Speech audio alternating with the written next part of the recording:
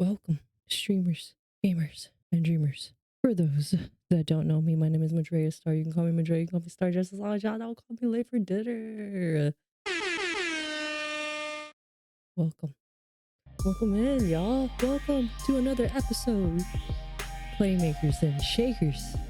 We're going to be playing some games with the game developer. If you guys don't know about our new segment, the Playmakers and Shakers, it is basically a chance where we get to interview the game developers while playing their own games. Chance to learn about day in the life of a game developer, check out some behind the scenes concepts, and get more in depth with the creative technical process. So if y'all follow along, this is our 6th episode, and we're going to be interviewing YoDrTentacles from Negative Development for their newest game, Slasher. I see this place really, it's where like I can find some like hidden gems, like games that you wouldn't normally like per se find on your own, like some solo or indie devs, folks that are just doing like a passion project, like having passion projects to like AA, AAA games and fun games, weird ones, unconventional, offbeat ones. It's just a hub to be able to share that right here on this segment in Playmakers and Shakers. So I'm super excited. Yeah, and so I encourage everybody that is here to make sure to ask questions, give feedback, because this is what they want. That's why they're here. That's really why they want to be able to get that from the community and be able to implicate that into their games, right? A lot of them do see value in you, and yeah, definitely see in the audience. So please, they take their time to, of course, be here with us to chat with us today. They don't normally do streams, right? So do let them know, do share, show that love and follow them, wish list their games on Steam. That's how you show that you support these indie devs, developers as well. So this is the Playmakers and Shakers Cafe. And it's custom to and for Dr. Tentacles. Every episode is custom to their game. So this is for them. And I'm super excited to be able to share that with y'all. We'll show some behind the scenes content. You guys don't want to miss out on that, to give you more depth to the story of the making, the process of the game itself. We like to read the description, the Steam page. I think that's very important to know a little bit about it. And we'll get to watch the trailer. So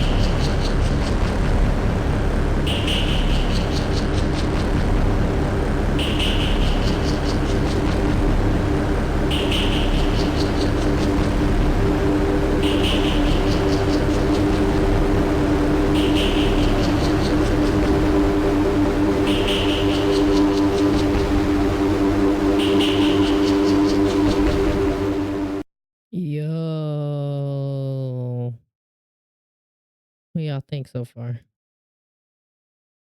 Um, it's quite creepy. It is a horror, of course. So it says right here on the description: run, hide, adapt, and survive in the mansion of endless night and bizarre brain twisting phenomenon in this 2D hand drawn psychological horror title. This was released this year, January 23rd, 2025. We have a few really cool screenshots of the game.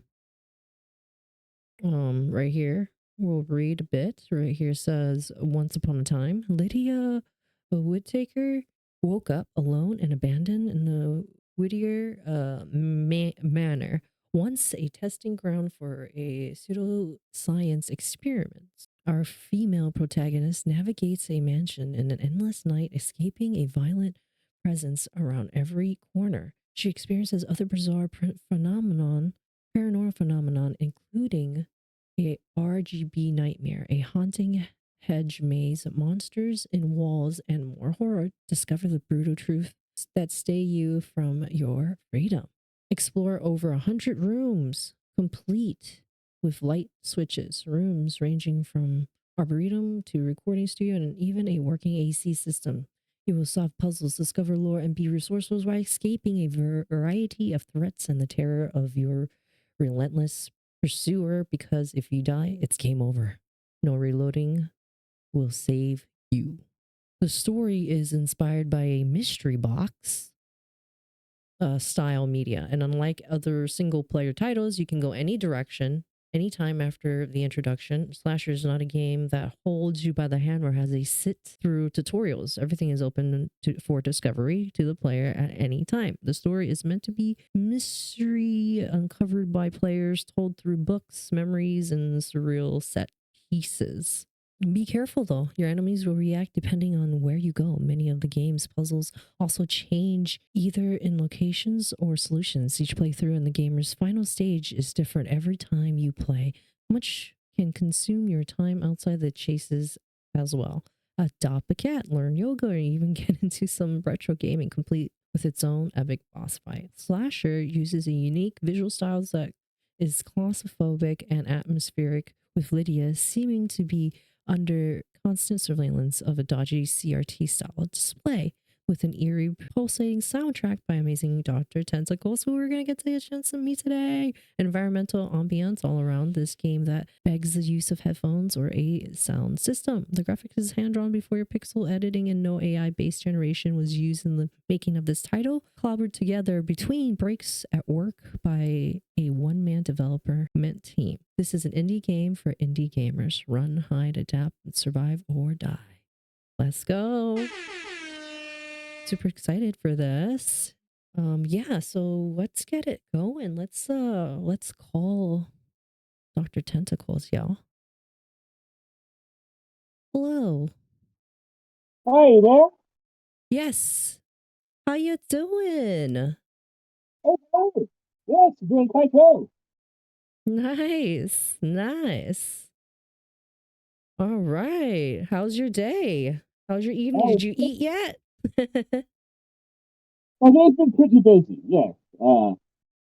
Chasing around a very small, very active autistic toddler. So, yes, definitely a busy day, busy day. Sorry if I'm sitting down. I actually injured my leg a few weeks ago. So, yeah, I've been having to deal with that and trying not to bend it too much. So, I'm sorry if I'm sitting down. No, that's perfectly fine. Get comfortable. I love that. I love that. They're welcoming you in. They say, welcome in, Dr. Tentacles. Everybody's saying hello here. Thank you. Yes, yes, yes. A couple of comments about our description. We were reading a little bit of the description, watched the trailer of Slasher. They were commenting that have a little old school type of game, you know, you lose, retry kind of thing. Always a little new but different in every game. Sounds well thought out. Can you tell me in your own words and introduce, I guess, yourself and who you are and where you're from? Well, I'm the amazing Dr. Tentacles. I'm originally from space, but I'm currently living in Texas. Um, Basically, I've been a musician for many years, and I only recently started making video games. I've been working on this one for about 3 years of my life in between breaks at the job I do to actually eat, since music doesn't pay that much. And this has sort of been also a bit of therapy for me because it is a cycle thrower, and I actually was having some mental health stuff during the making of it. So it was also sort of putting myself out there as I am neurodivergent. My psychiatrist says I'm ADD and autistic, so that's a nice little cocktail there. My mind runs a mile a minute, but it also means it kind of goes to places that can be a little dark sometimes. So this game was me sort of putting those dark things into something material, so to speak. So, What are some of your experience from previous projects? well, this is only my first large game project. Most of my other stuff's been working on game jams. I did a couple of game jams for the wonderful Dallas Society of Play. Don't know if you heard of them. They're very welcoming community of game devs. Really great place to get some information and resources, and just generally good people. I did a fighting game for them at a platformer, and I also made a little. It was kind of my first project. It's kind of a throwaway thing. It's a little mini game thing called Zen Games. You concentrate stuff. This has been my big passion project for 3 years. So everything else I've been doing, I've been kind of doing while making this and while learning to make this. And doing a one-man project, drawing all the art by hand, even with a messed up finger and such, been a little bit of a trial, but it's been a great learning experience. So, Oh, wow. Wow. That's great. Wow. That's amazing, actually. What or who inspired you to pursue kind of doing this whole game design and game developing in the first place? I used to sell video games. I don't know if anyone else sells video games in the States, but you probably sell video games in a specific place. It's not as glamorous a job as it looks.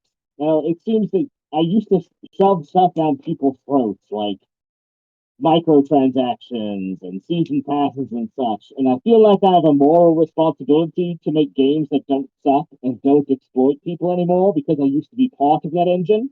So I wanted to make a really good project when I wanted to make something that was both artistic and fun to play. I feel that games that are artistic, that they have really great stories, but they're sort of walking simulators. But games that are fun to play can sometimes leave the story on the table. So my idea was to kind of take both those things and interweave them, you know? Most importantly, I was highly inspired by two things. The video game Clock Tower, very old classic horror game if you haven't played it before. Because when you first start making video games, you're like, I'm going to make Pokemon. And then you realize Pokemon was made by a building full of people, even the old Game Boy one. And then you realize, maybe I should call back my ambitions a bit. So I wanted to make a horror game. I'm a big fan of horror games. And I was kind of inspired by the tale. While I was making this game, while I was making the story, I sort of heard about this daughter of this robber baron. Her name was Hewitt Clark, and she died completely alone. She just went after her sister died. She went to the solitude very young. Just lived in mansions and penthouses all her life, and no one ever got to know her. No one, you can't even find pictures of her in modern times. And I was kind of trying to think what makes it to where you create that reality where you completely isolate yourself. And I realized I was doing that to myself as well. And so that sort of started the process of this game. Got it. Wow. Wow. That's awesome. Do you have a favorite horror flick? It might be The Thing by John Carpenter. That's a really good one. Also, big fan of the original Shining by Kubrick. It's a good one. I remember In the Mouth of Madness being pretty great. Event Horizon. I don't watch a lot of modern horror. I do like kind of some of Ari Aster's stuff, like Hereditary and Midsummer. Sort of like that sort of psychological, yeah, that sort of tension he builds without necessarily having a creepy thing sitting in the corner, you know? Right. Do you have a favorite author? My favorite author, do comic book authors count? Favorite authors, Kurt Vonnegut, I'm a Stephen, well, not as much as I used to be, but I have read a lot of Stephen King. Just not as much for stuff lately. There's one author I want to say, but there's some controversy around this author, so I'm not going to say his name. The accusation's a little bad. But I'm also a fan of Garth Ennis, great comic book author. I said Kurt Vonnegut, Ray Bradbury, Philip K. Dick. Yes, those are Wow. some of my favorites. Oh, and Colin Ellison. I also like Colin Ellison as well. Wow. Wow. Is that what do you do outside of I guess work hours, I guess, to that you believe that makes you a better developer? Sounds like reading, actually. Sounds like a lot of reading. What do you do outside of work hours that make you a better developer? Well, it's kind of interesting because I'm a maker. My day job is I work in a maker space. So I work with laser engravers and woodworking and stuff like that. And one thing I learned when you're making something is it's literally just you're making a bunch of small connections. Like whenever you make anything, when you're making music, you're connecting notes and rhythms and such. When you're making woodwork, you're connecting boards and panels and such. And in programming, all that really is taking all these parts and putting them together where they work. So I think I'm very good at making things modular. So where you can look at each piece and let it run by itself. Because when you look at a video game is literally just a computer giving you information as pictures, and you're trying to translate what's happening in code so players who are playing it can understand it. Once you can learn how to separate that of the code doing something while you're showing the player something else, that was the real eye opener for me. That helped me start to decouple things. And I like to design my projects to where I know it sounds stupid, but the first thing I do is make sure they work. Then I make them better, then I make them pretty. But yeah, I'd say being able to take pieces and work in it in a modular fashion really helps. Wow. That makes sense. That makes sense. Being able to take things apart and then put them back together again. Yeah. Yes, yes. That's awesome. That's awesome.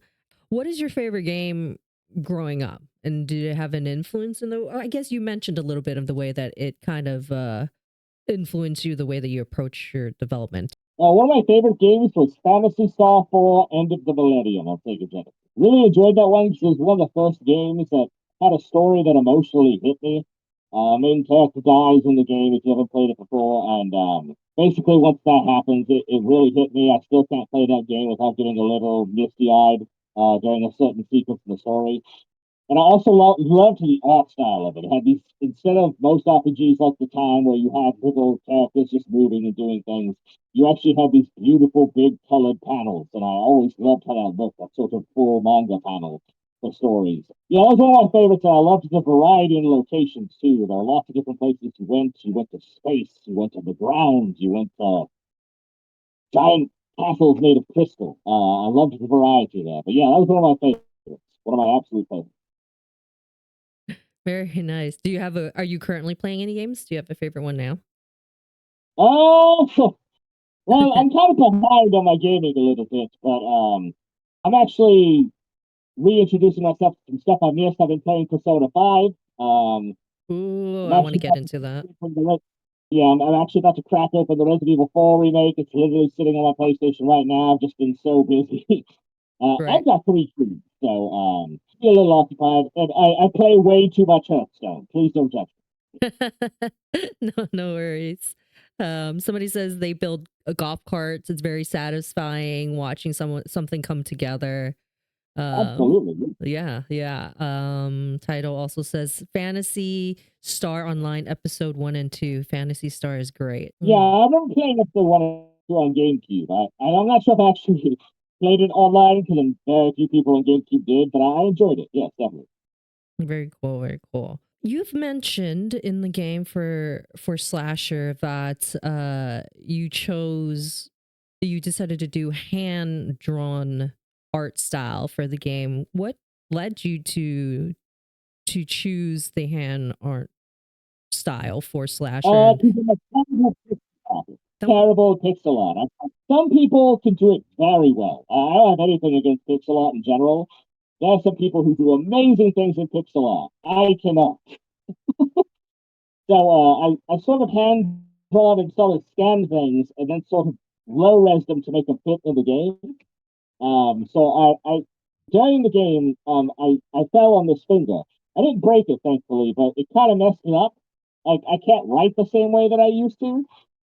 the good news is I can still draw, but I had to draw it all in Sharpie. And in some of the art pieces, you'll see big, thick lines, which actually helped for making the characters pop and have a bit more contrast on screen. And then I'd take those to a program called Pixelorama and then edit them in pixel form and harden the lines so they weren't so blurry. And then, yeah, I did lots of art. Yeah, little bit. I think, yeah, uh, quite a Wow. bit. Wow. Yeah. Yeah. That's awesome. Yeah. I think it definitely the artistic choice to that really enhanced kind of the horror elements. I guess we'll get the chance to play and try that out of the game. So that's really cool.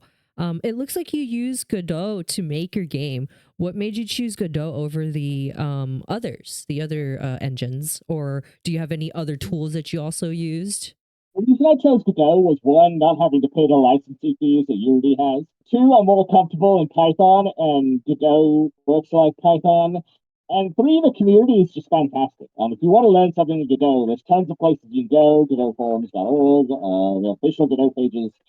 If you want shaders, there's a whole website of shaders for Godot. It's just a really great, supportive, and open community. And I felt I wouldn't have done it without them, to be honest.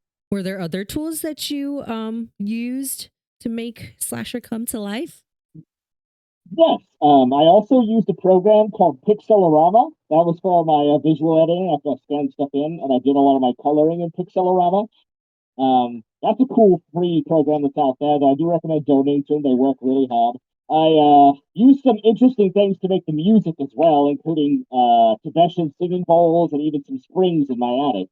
On top of that, I also used Inkscape to do all the layouts. I actually have some newspaper experience in my background, so when you're looking at reading things, I actually sort of formatted them more like a book than just reading some text on a screen. If you used to Last of Us, sort of like that, to where when the readables actually all look different. So Okay. That's cool. Huh. That's awesome. Yeah, that's it's very interesting to me, all the different tools that is out there, and then the commonality between some tools and the crossovers. So it's really cool. Thank you for sharing that. I appreciate it. Can you share any challenges or any challenge, like, or some of the challenges you might have faced during development, and possibly how you've have overcame them? yeah, I'll be honest. I ripped it up and started again like three times. So when I did that, yeah, I got really stressed out. I was like, oh my god, I can't learn this. I have a really strong inner critic. So I get on myself really hard. You know, during it, I got so stressed out. I'm like, all right, I need to relax. I need to get better at this. And that's why I made Zen games. It was a game to relax me. It was made to be boring and not very hard, and made to just, all right, sit for a second, walk some leaves fast. All right. So that helped once I got that to get to put a little more experience under my belt. I think the biggest challenge was just learning programming in general. I'm sort of an autodidact. I don't know if you know what that word is, but I'm a self learner, and just having to absorb it all because I've done a lot of creative things. I've done art, I've done writing, I've done music, but I've made costumes. But putting all that knowledge together and making this big monster work, that's the real challenge of gaming development. Having all these multiple systems and having to juggle them in each hand and making them do what you want and at the same time not making a player irritated while doing it. Um, Right. yeah, just the biggest challenge I think was learning a completely new craft in between shifts. Like literally, when someone was out the door, I'd be coding on my little computer. Oh my god, what did I do? And I think I'll forget some things sometimes, but it was a good learning experience. And I'm already working on a second title, so well, not a sequel to Slasher yet. Oh, but on something else, yeah. So I really enjoy it. Well, that's great. That's great. I'm glad that you kept on going and you never let it, discourage you. So that's awesome. Um, in your experience, are there any like specific key factors that you think that contributes to a game's success in today's market? Well, I think it depends on what kind of game you're making. Like I wouldn't go the same route like making a Call of Duty as I would say a Japanese RPG. Um, But I think one thing, make your game fun. Make it enjoyable to play. Don't make it a chore to play, and don't take advantage of your gamers.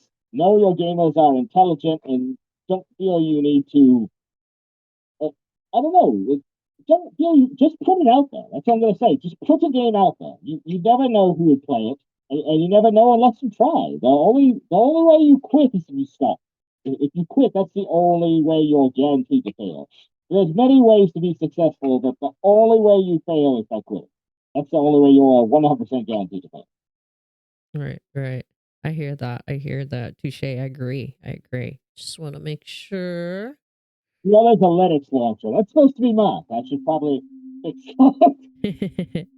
All right, let me go ahead and get into the full game screen itself. You're not going to be able to hear it, but you will be able to see it on your side. Alrighty. Okay. I've played it a million times. Yeah. Yeah, you're like, I've seen it many times. All right. Let me go ahead and just, we like to first get into the settings. That's what I tend to do a lot of, is check out the settings, see the number one thing I feel a lot of games do when they first turn on is they blast the music. I know a lot of folks do appreciate if maybe the music will be, you know, turned down a little bit. So we always look for that. If you're someone who's photosensitive, we actually have some filters on the left. If there's a filter you don't like or it makes you uncomfortable, feel free to mess with those settings, and it does save them even if your game ends. So. Ah, very cool. Okay. Very nice. So I see music, everything is zero. Is at zero. Oh. Ooh. Zero is default. Anything above is amplified. Anything below is quieter. Yeah. Nice. How low does it go? How low does it go? How low does it go? Oh, wow. Not gonna lie, I kind of like that sound. That boom, boom, boom, boom, boom, boom, boom. Does it go to 69? No. Sorry. I had to. Does it go to 69? Sorry. Okay. Okay.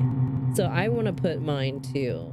Maybe I would say that sounds good for music. Whoa. I'm gonna put you up, put Dr. Tentacle so I can hear you.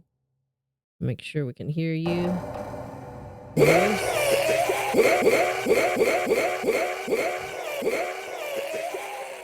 That scared the bejeebers out of me. That scared the bejeebers out of me.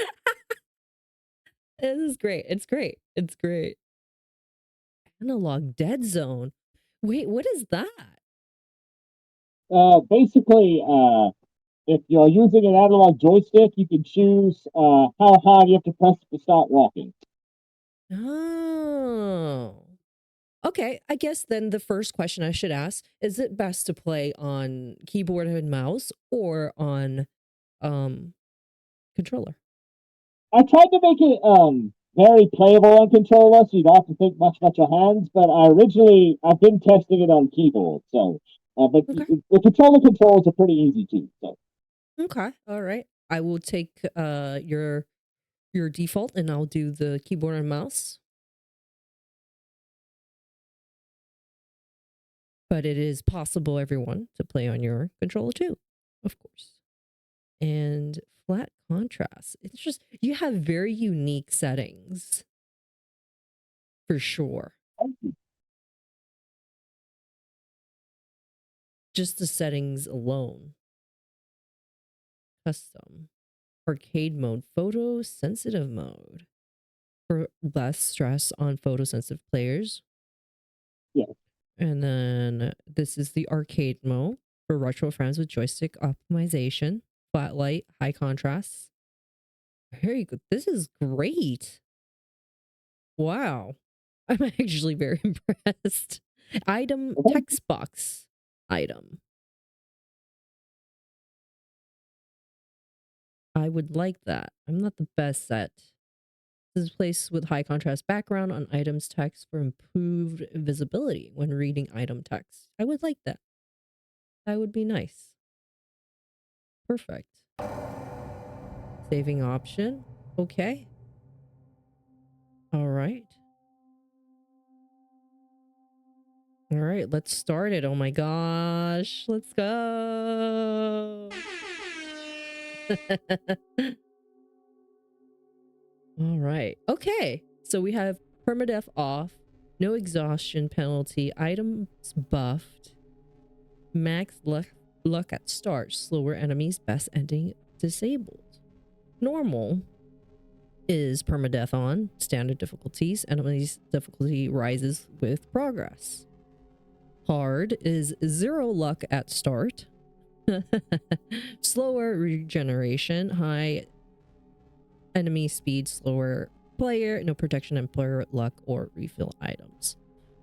So Dr. Tentacles, I tend to like to play the default mode a lot, like the normal mode. I don't go easy. If I need to, then hopefully maybe I can switch to easy later if it's like that type of game that allows that, or lends to that.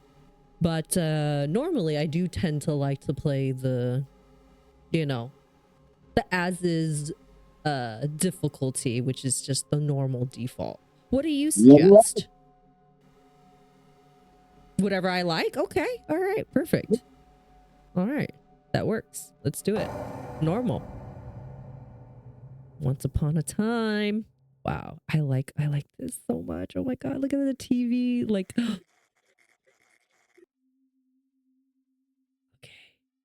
Did you notice I'm dressed like Lydia?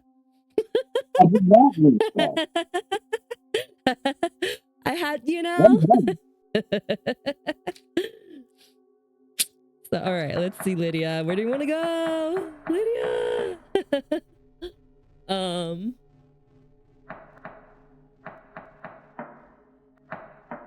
Ooh. I put the something it should highlight it and you can use it. Hit the space bar or anything. All right. Wow. Oh my god, the sound is so satisfying. It's I've heard people say that. People really love that light flick. And since I work in a makerspace, it's just a basically place with concrete floors. I have a giant echo chamber, so I'm able to record a lot of my own sound effects. So. Wow.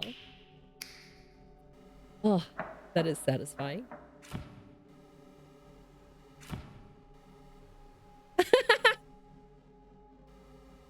Lydia's sitting down. Doing squats. All right, let's see. That's a place where you can do yoga later. Oh, right. Yes, you're absolutely right. I did read upon that in the description. We could do yoga. All right, here we go.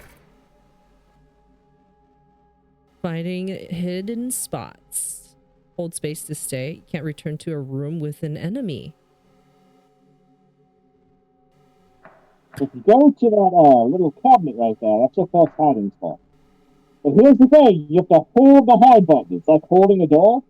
So, yeah, if you don't hold it, you'll get revealed and get caught. That is great.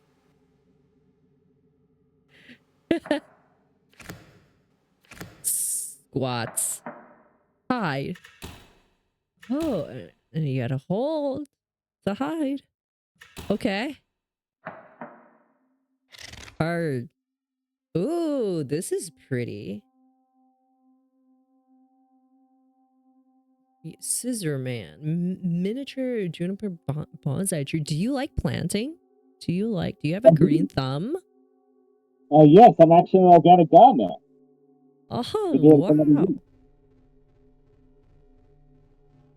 Look at this. This is gorgeous. Thank you. We hope you find peace and inner light through the care of this beautiful living thing as the light that glows through the canopy of our the Namasaki.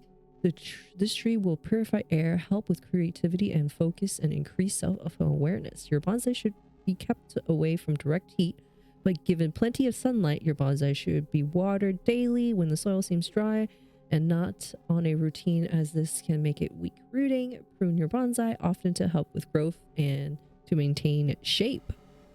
Use volcano rock and soil to improve drainage, or clay to help with moisture retention. Only fertilize after watering. Enjoy your new joy. Disclaimer: claims and benefits are not proven by the insert government regulatory body here.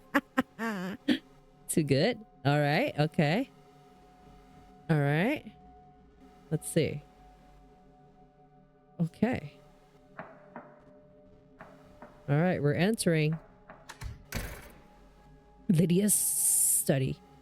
Wash my stamina. Stamina reaches 0. You cannot run until it's full again.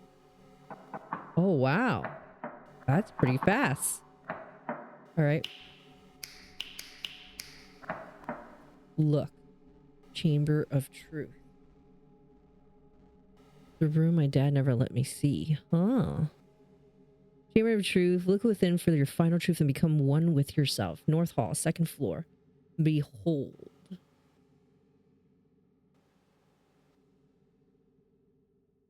North Hall, 2nd floor. We're going to start with South Hall. So yeah, huh?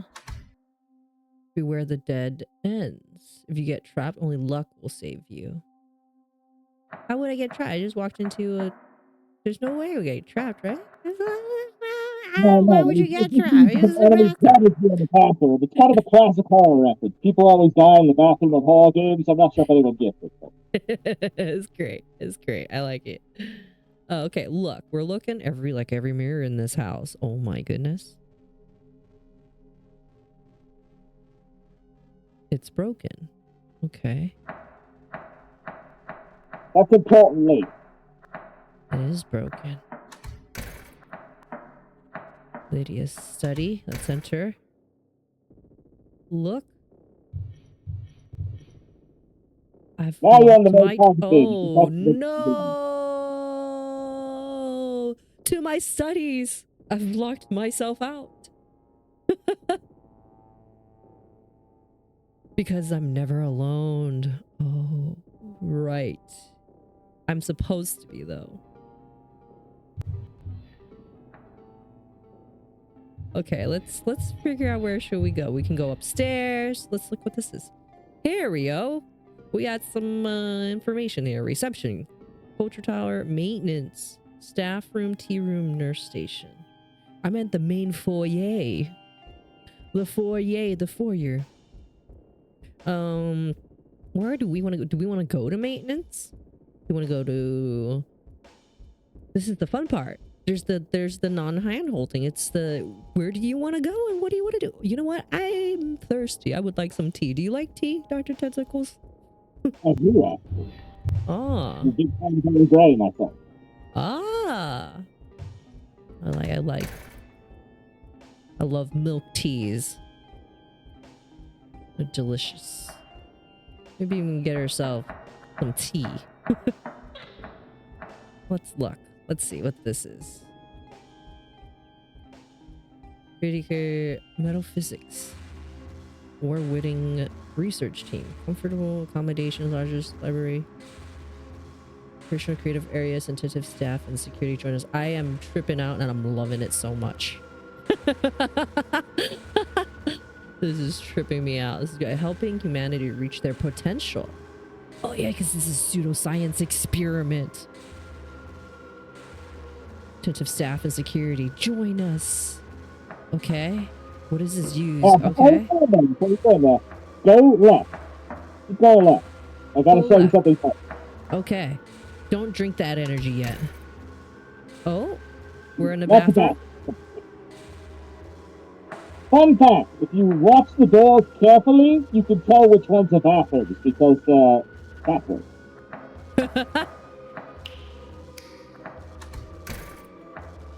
Huh. Go to left and you find the first hiding spot real quick. Keep going left? You might want to leave. Go left, I want to show you your first hiding spot real quick, just to be safe. Okay. This game will kill you pretty fast if you're not careful. Alright, we're going left here. Reception. There's your country. Right there, the little armoire in the middle of the room. Hide. Yes. Ooh, There you go. Now you can go about your business. I just wanted to show you that. Because that is so cool.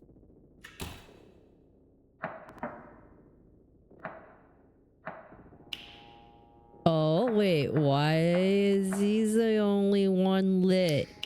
There's something going on. Freaky here. New staff orientation. While we're here, might as well, right? Take a look around. Welcome to Whitaker Metaphysical.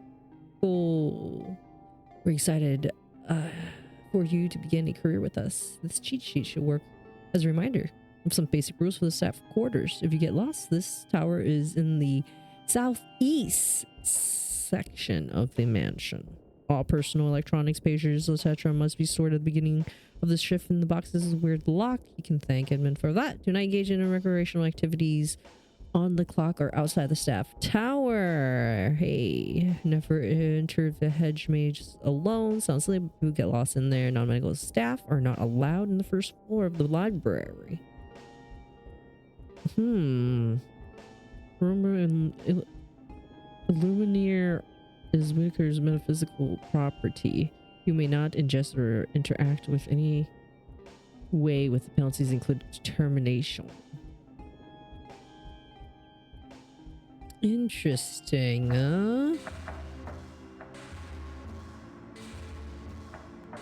That sounds creepy. The music sounds creepy. I don't like it. I don't like it. Do I keep going? yeah, go. All right, keep going. Oh, okay. Okay.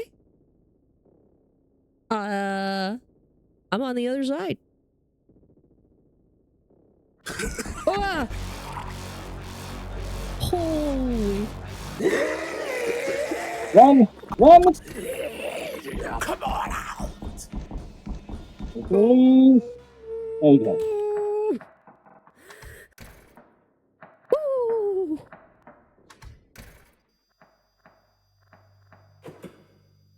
I just need to sit down for a second. Good idea. The story is standard. Dan's damned forager blog. Ooh, all the fellas are here. Eggplant forum.com. Red glow.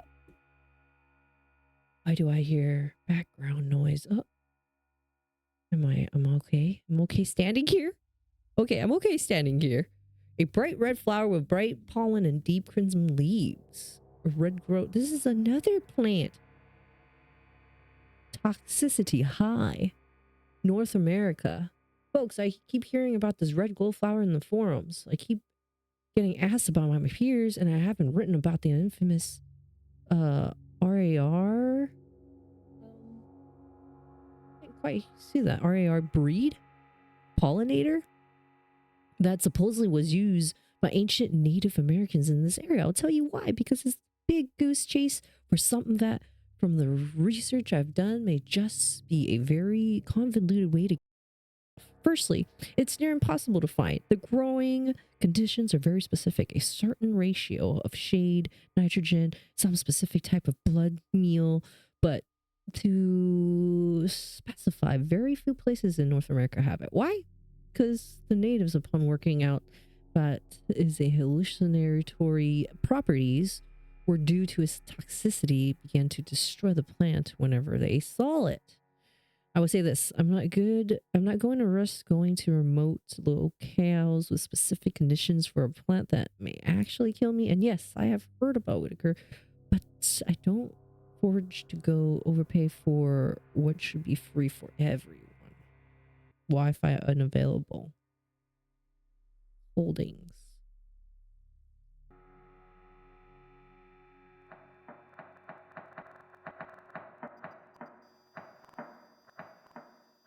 Okay, I'm gonna keep going. I'm gonna keep going. Oh, it doesn't go any further. Oh, no, it does. mechanical room now. Oh, wow. Are they on? Yes. Now they're on. I hear it. Okay. Air conditioning on. So any air vents you see in the room, if you stand in front of them, your stamina recovers faster. Oh, yeah, you're right.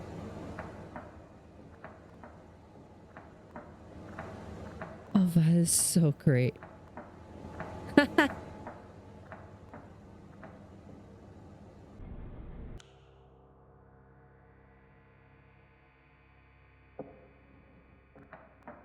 Again, you don't hear it. Oh my god, that's amazing. That is so good. This is not an exit.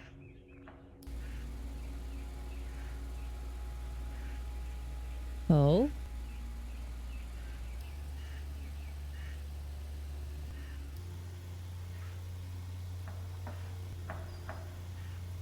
This lock is automated.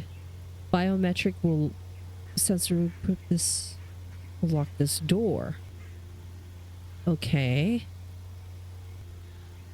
If one tries to enter with a high pulse, they probably will die.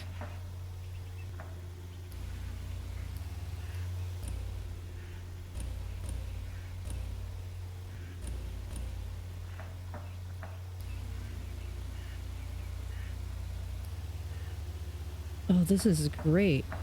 It's unlocked. Isn't it? Yeah, that leads to the hedge maze. I'm not sure if you want to go in there yet, but you're more than welcome to. I won't stop you. But Right. Oh, that's the maze. Right. Let's see. The breakfast nook. Oh my god, this is so much fun just exploring. You said you have over 100 rooms to explore in, yes? yes, Wow. correct. Yeah, I'm trying to make every room interesting to look at somehow. So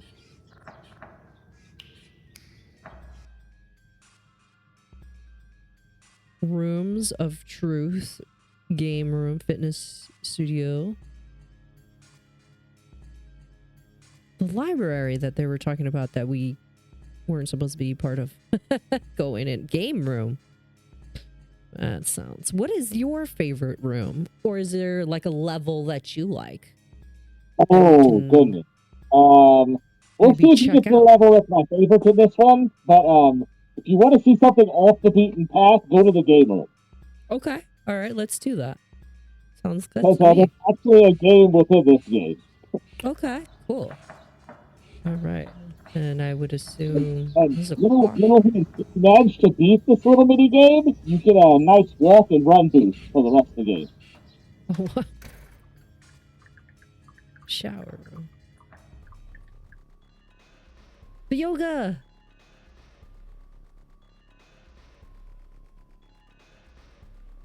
Dr. Tentacles, do you do a little bit of yoga? I do that. That's awesome. Yeah, that's good that you noticed that, because there's some stuff that it won't prompt you to find, so make sure to look at things that might look interesting. So, Yes. Yeah, definitely. And let's see. This is out of order here. So these two are closed. The door closed. Is there anything over here? No, it's just the shower for now. Let's see. Hustle.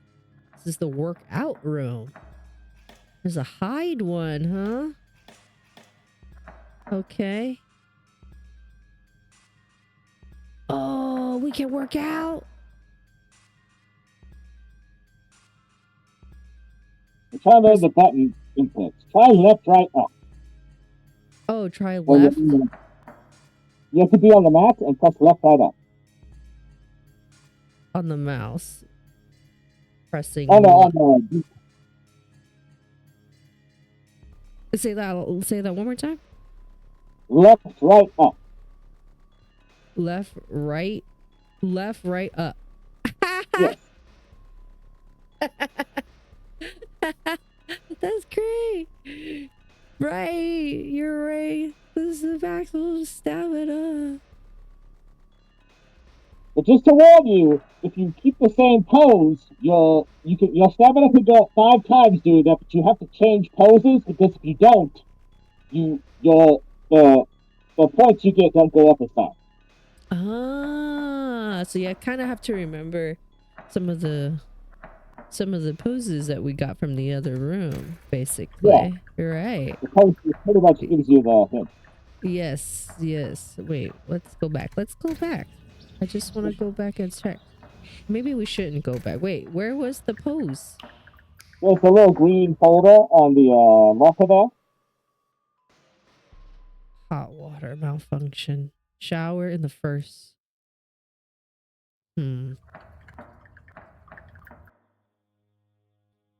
left, right, up for both arms. Down, down, right, down. Oh my goodness. I love this. Right, left, down. Yeah, down, right, down, left, right, down. Plank and star. Oh my god, this is so cute. Right, down, up. That is so cute. Okay, so we can... You know, it gets hot in here when you work out. And all the mirrors are broken. We're just gonna leave that on because, you know, you gotta aerate the room. Look. No, fan does generate your stamina faster, just like the air conditioner does. In fact, if you go under this air conditioner here, you can hear it actually blowing on you. See a little vent in the ceiling there. Yeah, you can hear the... Wow, that is loud blowing. You're right. That is great.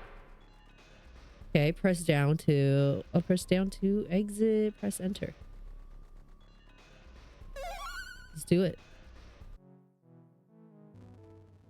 As the princess slept, the kingdom was peril. The dread Piglock, Wyrom and his minion gathered at his fortress to unleash the evil magic upon the world, and yet one wizard prepared to steel themselves against the forces of darkness. Wiz the wise marches forward.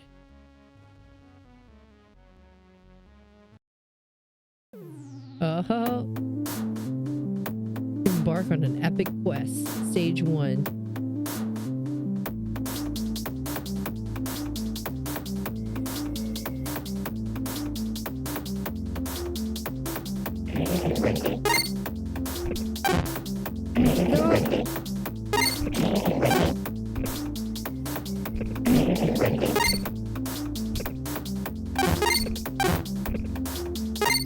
Yeah, I'm not gonna lie, it's not easy. I made it way too rough there.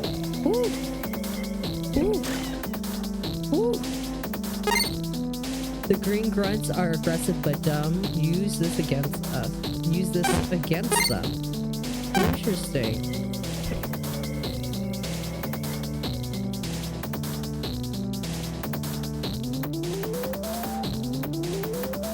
These are leads.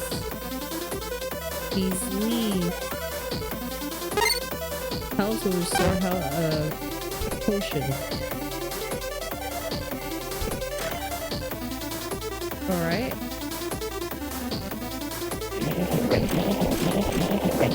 Bye. Get away. Break chest to find treasure. Nice. Now you have ice power. These leaves. Watch out, this order will drain your magic back to its original force. Can you kill them? No. No. Okay, no worries. They're try all 3 elements to discover their power. Ugh. They got me good on that one. Oh no! You succumb to the forces of evil. Well, that was Yeah, fun. there's 4 stages on the boss. So, yeah, if you beat that, you actually get a pretty good boost in the game. Oh, I see. Should we try again? It's up to you. It's your stream.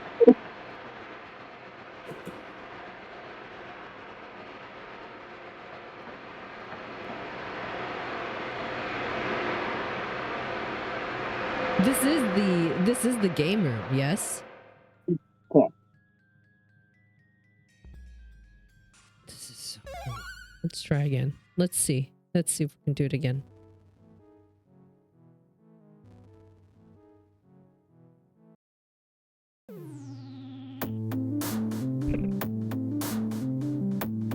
All right, here we go. I got this. Come here.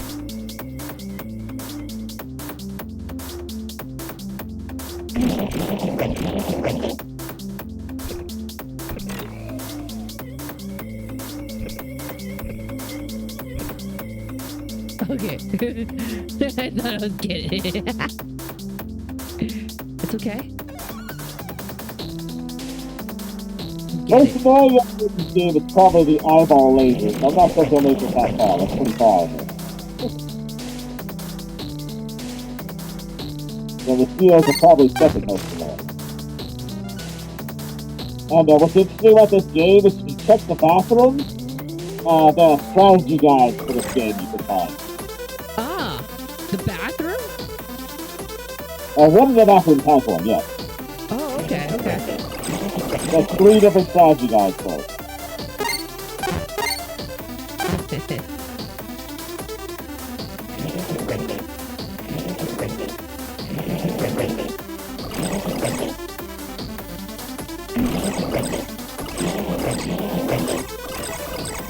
Yes. Kill them. There's something up here. Health.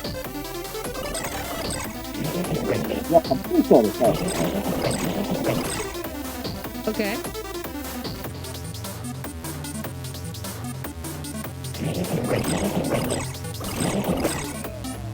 Ooh.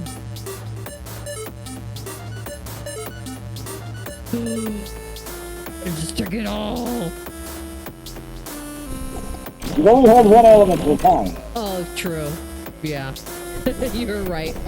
Ah! No! The mosquito. And some enemies are stronger than some enemies than others. It comes down to cleanup. Say again. It's too easy. Yeah, you can't make it that easy, right? That's fun though. Those mini games are fun. Kind of want to. Where's your? That looks like it might be the bathroom. Maybe. You might be right.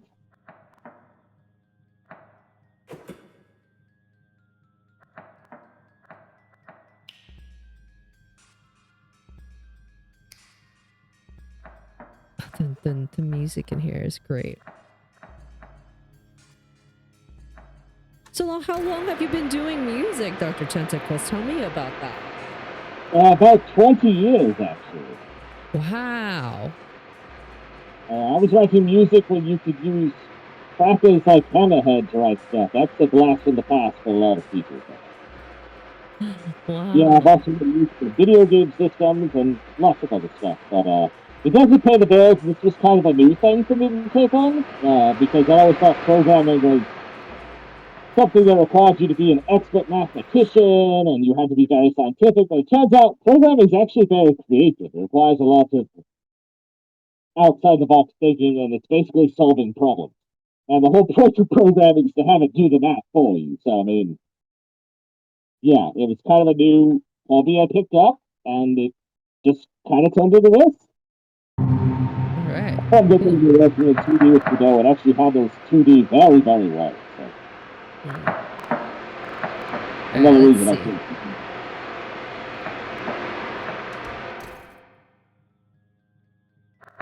Laundry. 4-leaf clover. no! My luck went -3. -2. No, it's enemy luck. You knocked the enemy luck down. What a hide. Oh, there's a room here.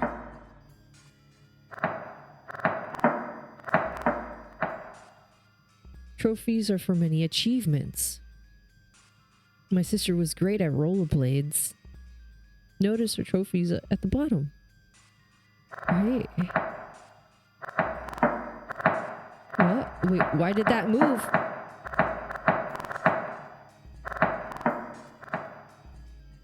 That looks like the bathroom. Yes. Oh, Jesus Christ! Copy that! Copy that! Get the hell off of her! Oh, he got away. Woo! Woo! You alright? Yes.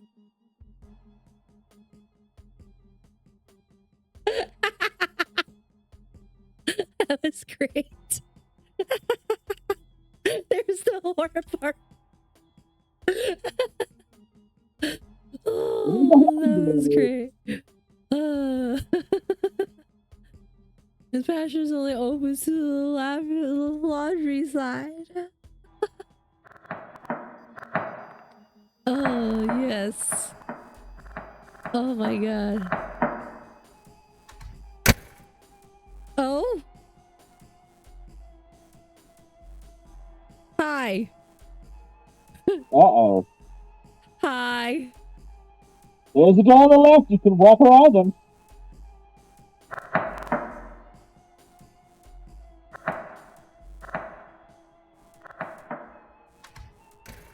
Yeah, you can't take a hiding spot. He's in the room, so you gotta be careful with that.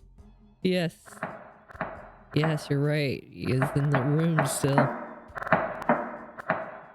Ooh, player, record player says, all I want for Christmas is peace on earth. Oh, wow. That was great.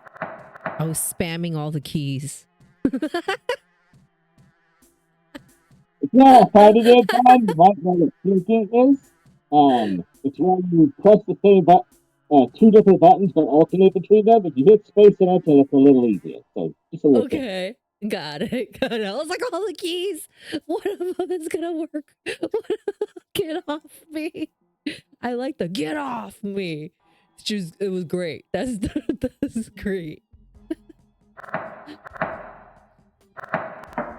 All right, it looks like it's the only thing I can see over here on this side. Okay.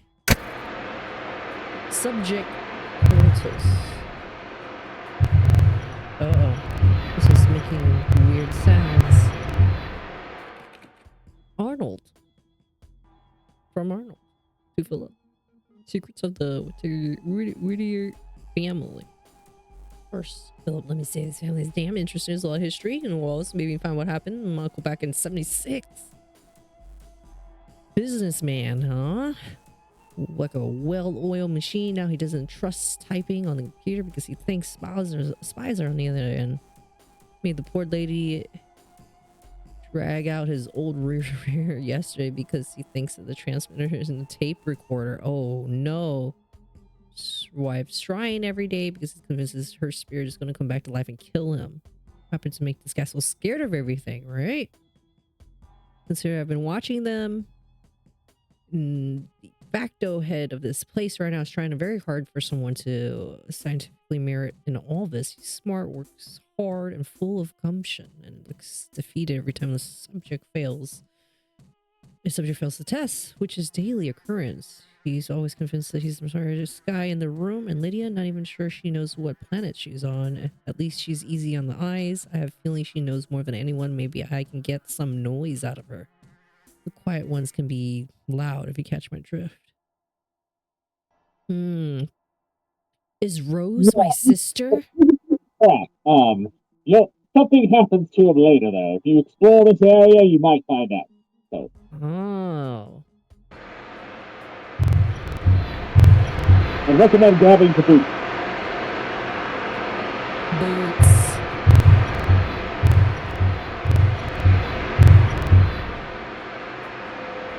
Bathroom. Oh no, that's not bathroom. That's the quarters we just walked out of. Okay, thank God we can go back in. Okay. Wait, there's something on this side.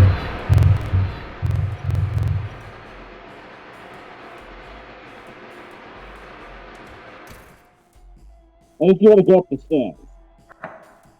Ah. We'll go up the stairs. Got it. Oh, Lord.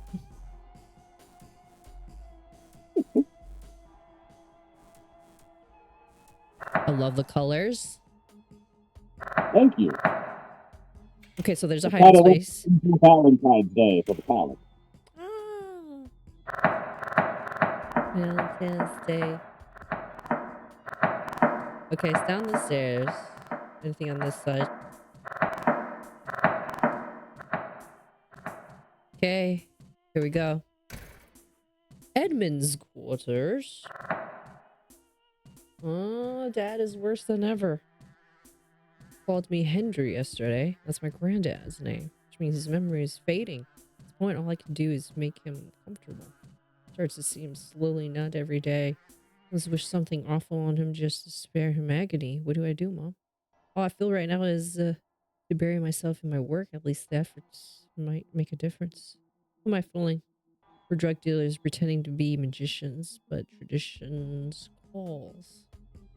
Pseudoscience experiments. Mom, use. I like that. Like it. Oh, Jesus!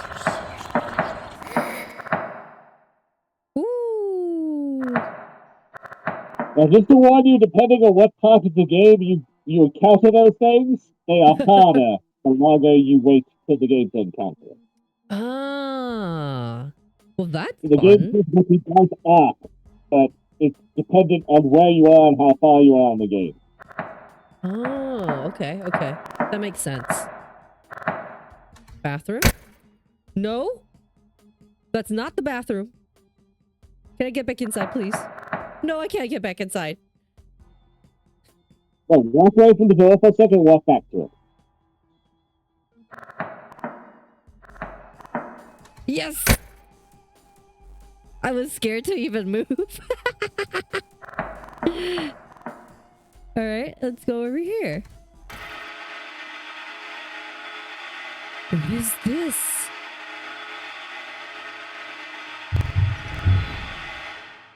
When I am all gone, spread me to the garden earth to live life anew.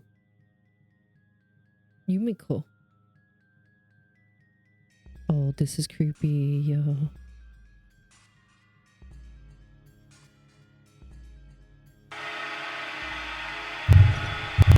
Alright. My mom. Yumiko.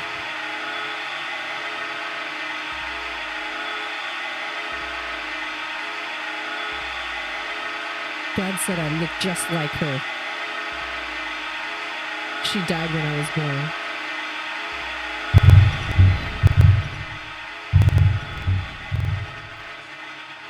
Let's say the second level.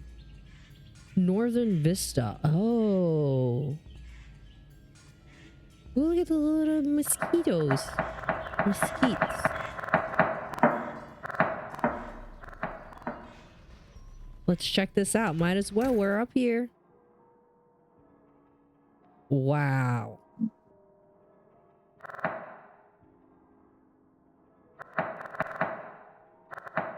That's the limit too. You can hit the door if you want, but I must warn you, if you try to embrace it too early, it'll give you the ending you deserve.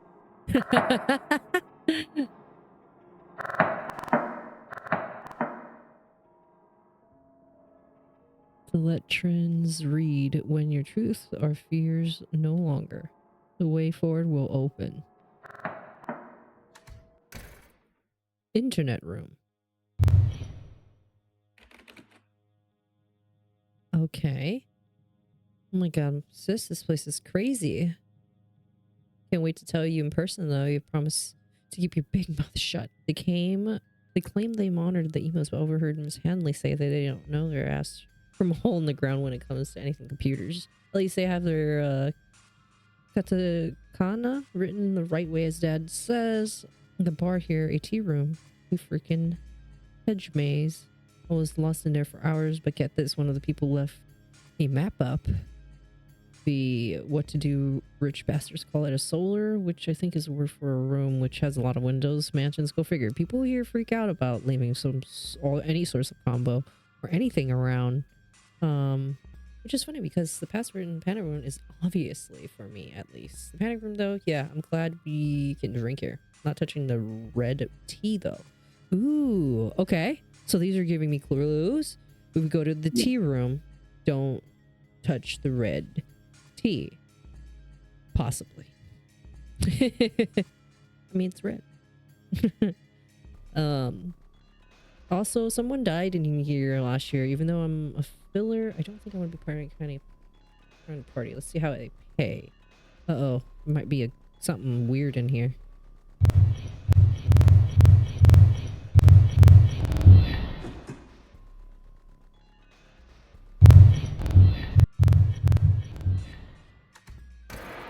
The library is to your left. Oh, wow. This is family. Hedge maze. Okay, so we're right above where we were sort of at, I feel. Yeah. Where we started a little bit. My dad is here.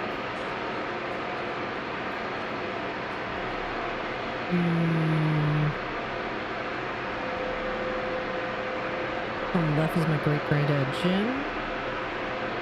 Henry, his son. Oh! Used to be on the left. Who's that on the top right? Hi, Case. How are you? My Aunt Rose. Oh, so Rose is not the sister. It's the auntie. They say she was a mystic once. As long as I lived. She was terrified of everything.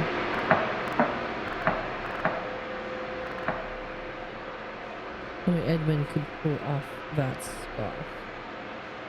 That was Edmund's quarters. On top is my great aunt, Lila. She died before I was born. Okay. Okay.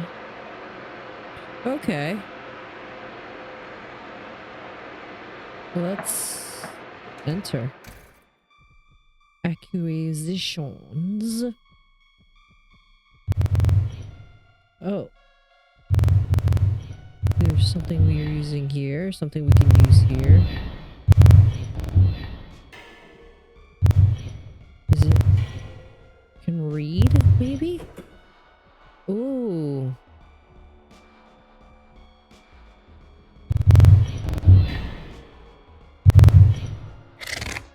That's a puzzle you probably don't know the answer to yet.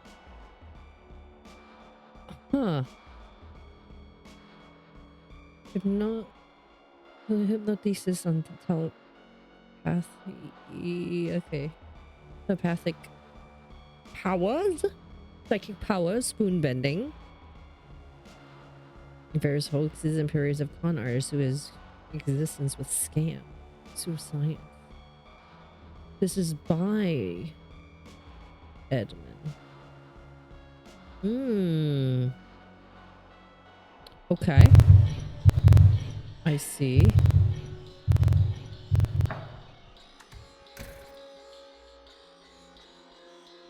Wow, look at all this info. Alright, there's a hiding spot.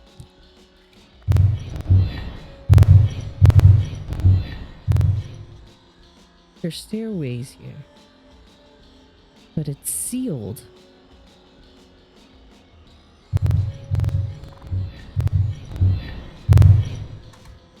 Well, gamers who do a lot of hand holding, they get annoyed by games that do that. So.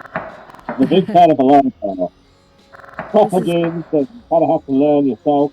So there's a lot of stuff in this game you kind of have to figure out on your own. right, but it's not too difficult to. So the answer to your puzzle is on the left, by the way. Just heavy reading.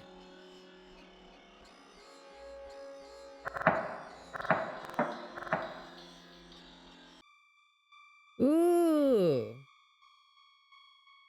I see what you did there.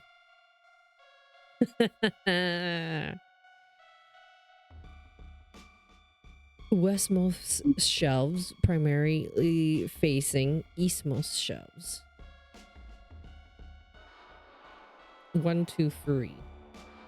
Featuring titles to related titles, related subjects. I remember going to the library back when I was younger and having to go through all those index numbers in the library. It was so much fun as a kid.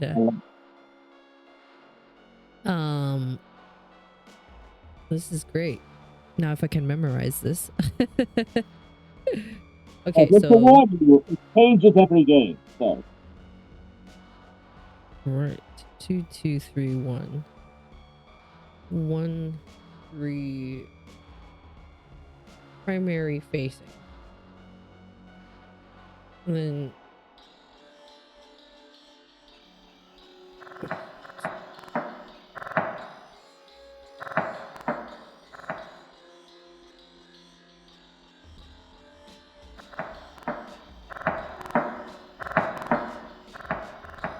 and just to warn you on hard, some of those numbers disappear. no. I told you. No. 2, 2, 3, 1. 1, 2, 2, 3, 1. 1, 3, 3, 3. 2, 2, 2, 2, 3, 1, 1, 1, 3, 3, 2, 1, 2. And that's westmost shelves, primary facing shelves, and eastmost shelves.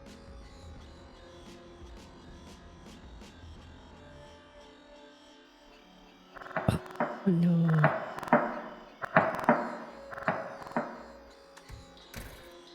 Oh no.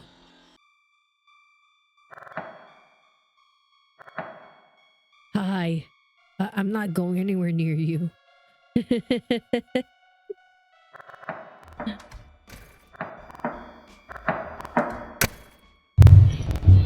I guess I can go near him and then hide in here, right?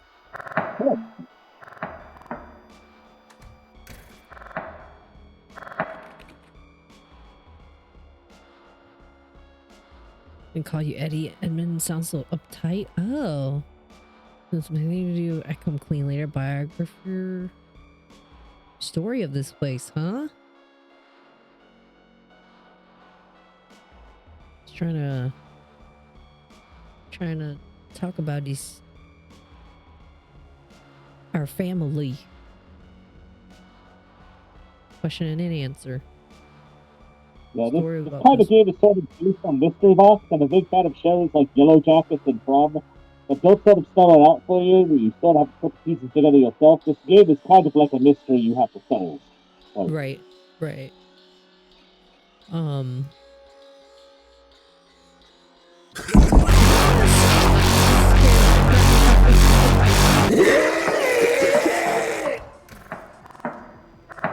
Oh my lord.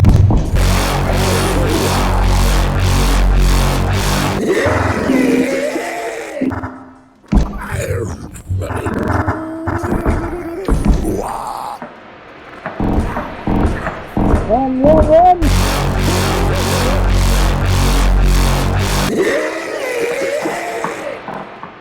There you are. Run! Run, Lydia!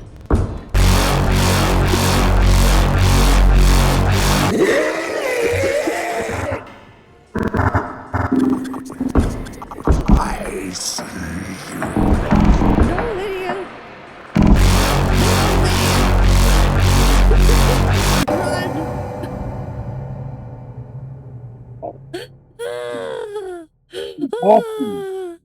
I warned you that the game will hand it to you. Look on the bright side. It's over. It really does keep you on your toes every corner. It's really cool because I love looting. I love like discovering things. So this is great. That does have some actual useful hints, but it does like to screw with you sometimes. So apologies about that on the hint. Right. No, that's amazing. I love that. I love that so much. Go ahead and put us back into our cafe here. Welcome in. Hi. Thank you so much for guiding us and helping me out with some of those hints. And yeah, I'm actually excited to play more of that later on to like get into the puzzle part of it. It's really well made and incorporated into the game. Thank you. I worked very hard. Right now, I think is a good time where we can learn a little bit about some of the behind the scenes and show them some of the things into the making of this game. Right here, let me pull in closer. There you go. Yes. Some of All the right. early sketches for Lydia. So I would draw these on oversized sheets using Sharpie, and then I would scan them and then put them in a pixel art program, and then I guess sort of rasterize them to sort of make the edges harder. And yeah, some of the early animations for Lydia. So Here is our next one. So this is also Lydia here. Oh my goodness. And I'm just gonna go through it as your whichever one you want to start talking. I'll stop on that one. Wow, look at these movements. I promise I'm professional, folks. So cute. Wow. This one's cool. Yeah, Look at kind of this. discussion for too. I said I like to do stuff modular. I like to do that in my animation as well, kind of animating the faces and the arms and legs separately. Wow, that's amazing.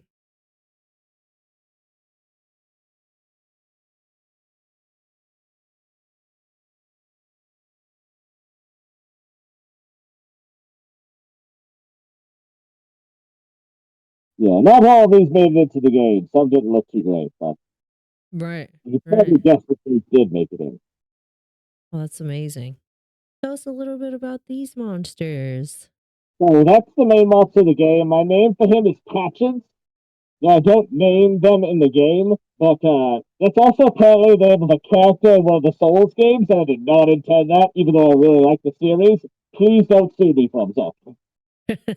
Yeah. Please don't sue me. But yeah, his nickname is Patches. But yeah, the patterns actually had to do in the game. But he was kind of partly designed by my son because I was kind of designing a monster, and he sort of looked way too strange at things. So nothing wrong with that. I just don't want to rip that off. But Right. my No. son wanted to do this furry looking thing, and I was like, you know, I kind of like that. And so I sort of ripped on it, and I ended up with this character. This is his development name is Patches, but they don't have a full name yet. That's great. That's so cute. Look at it. You'll notice his eyes are just barely sewed on, and if you watch the game, you probably can't pay attention to because you're busy running from him, but his eyes actually bounce. They're actually almost like glowing buttons. Almost like a rag doll disc. Wow. And also, when you see his teeth, I actually rotoscoped my own teeth to do that scene. Of course, it made it a lot more evil, but when he catches you, you see those jaws opening and shutting. That's actually my own teeth rotoscoped and heavily edited. So, Oh my goodness, that's funny. and some of those are just sketches I kind of did to just get better at it. Because you can see the top right, his head is completely fucking wrong. But a lot of that's practice too. So, Right. No, that's great. Just different variation almost. This is kind of model-esque.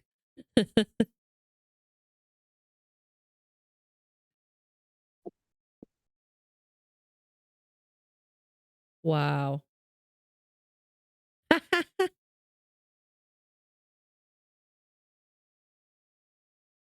Yeah, the Has- sitting animation didn't make it to the game, and also I hate how his head looks in that picture, so I ended up not using it. yeah, it does kind of have this almost like a praying mantis, like an insect look to Yeah, his and face here. it looks goofy. It did, but you got to show the warmth and all. You got to show the warmth and all. Right, right, exactly. This is awesome. Wow. Yes, and that one's going to be a bit more environmental stuff, and I think there's some scans from the little mini game I made in there too. Just a little bit about these characters here. So these I'm are not some of sure I the enemies recognize from it. Wizard. I actually did hand draw those too before pixelating them. There's a little ghoul on the bottom left and a mushroom and a mole. You didn't see those in there, but they're on the second stage. And there's a hawk there, but I drew its wings and the hawk separately. And you'll notice Wow. its claws are separate too. So its Huh. claws actually move a little bit while it's chasing you, and those are the animated wings flopping up and down. Wow. Oh, Oh, it's upside these are down. What the fuck? the badges. Yeah, those are the characters from Wizard. I don't know why it's upside down. Yes, yes, it is upside I down. have not released the artwork yet. I obviously have some work to do. I'll put it right side up. No worries. I'll remember to put it right side up for the video. But yeah, this is cute. I like that they have the different badges in like in game, and then it changes colors. Oh, and this is to be planning the maze, actually. The hedge maze. Oh Uh, wow. this is massively complicated. The maze is 36 rooms. You'll only see 35, but there's a hidden 36th room you can find in there. But you'll notice here the camera angle has to change because it was easier for me to render that way. And it was a very complex undertaking. It's probably one of the more complex stages in the game. Wow. It's one weird thing about game dev, I gotta say, especially as an indie dev. You'll spend hours on something and someone will blow through it in 5 minutes. It's both proud and frustrating. It's like, I built that and you beat it in 5 minutes. What the hell? But you gotta be aware of that. You gotta know where to put your efforts at. So Right, right, right. No, for sure. Ooh. it's an early concept art for Lydia and Patches. Yes. Like I said, they evolved, definitely. Oh, that's tree in the maze with the rubra balubinale, the red flower at the bottom right. Those flowers Ooh. control you. Whenever you get to the maze, don't stand in them. Trust me. Right, right. Do you make, is this the red tea that's from the hedge? Now I'm Yes. curious. Ooh, I put the two and two together. That's awesome. Okay. Oh, here lies Maddox Whitaker. Yeah, that's one of the art pieces you can find later in the game. There's also some portraits you can find. You didn't go to the museum yet, but there's a museum in that too. Ooh. I really want to explore that mansion more. Like seriously. Like that is so cool. So, yeah, you scratched the surface for sure. Yes, yes. These, you'll find PCs from some of the workers in the game. I actually hand wrote their names on masking tape and scanned them. So when you see them, you're actually seeing handwritten masking tape labels on the computers. So Wow. I love it. I love it. I love that you took the time, and that is the style. That is the choice that you're, and I really feel like it enhances the not only the horror element, but makes this game very special and unique to you. there's Rose there. Huh. The older Rose. Right. And that's from a scene you haven't seen yet. If you go to the maze, you'll find it. But yeah, I won't say too much about it. I don't want to spoil anything. Right, right. Got it. Got it. This is very, very woo, scary. There's some hedges because I like to draw some hedges. I The maze noticed has those little I didn't want leaves. to just be flat hedge maze walls, you know? Right. I noticed the little leaves in the mini game. I was like, let me touch all the leaves. Yes. Yes. Those are the items from the panic room, which you didn't see. You got close to it, but you didn't make it to it. But Very close. Ah, it's little materials. Oh, badges! Go in a wall. yeah, that's the stun animation. And here's the map of the mansion, actually. Oh, wow. So yeah, that was me having to plan stuff, and I'm not sure what all the information's on there, but I know the maze is enacted in the middle. But yeah, it kind of shows you kind of the stuff you have to put in to plan a game of this size. If you're an indie developer and you think, "Oh my god, this is so overwhelming," it is overwhelming. It is a lot of work, so don't feel bad. It's a lot of work, but it's rewarding. Just Right. planning, lots of planning. Right. Right. No, it makes sense. Oh, that's And amazing. then thinking about where to put the enemy and where he's going to show up, because he shows up in different places depending on where you go and what point of the game it's in. And that system took me a while to perfect. I'm still not 100% satisfied with it, honestly, because I'm a perfectionist, but I had to maps on maps on maps. Let's just say that. Right. Right. Great. Ooh. Oh, you get to see those later. Those are the visitors. Oh, okay. They, Almost like a those are, listen squid to the like. advice they give you, though, it's in code. So, oh, there's the mouth there. Oh my goodness. It's funny. Whitaker. Psychedelics. I'm a psychic, helping humanity trip their balls off. Yeah, that's a little graffiti you can find later in the game. I did on just notebook paper because I wanted it to look like someone had scribbled it. Right. The flowers I individually drew for closets. You can see the little boots you got, the pump sneakers you got there. Oh, And the playthrough. yes. Yes. That's so cool that you incorporate like clothing and how clothing can give you pretty much like your buff. Yeah, it's kind of interesting because when I was making this game, about the only game development programming I really had besides the other games I made was RPG Maker.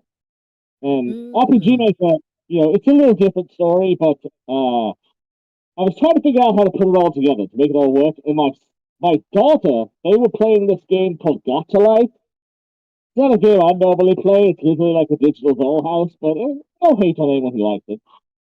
But they were taking characters and dragging and dropping them places, and like I thought, well, what? How? Maybe I can make my game like that. So with a lot of the rooms, the way I built them is I have a frame, and then I know this sounds simple dumb, but I just started drawing things like this room. I want some clothes hangers. So I drew clothes hangers. Oh, I need some clothes on the clothes hanger to do that.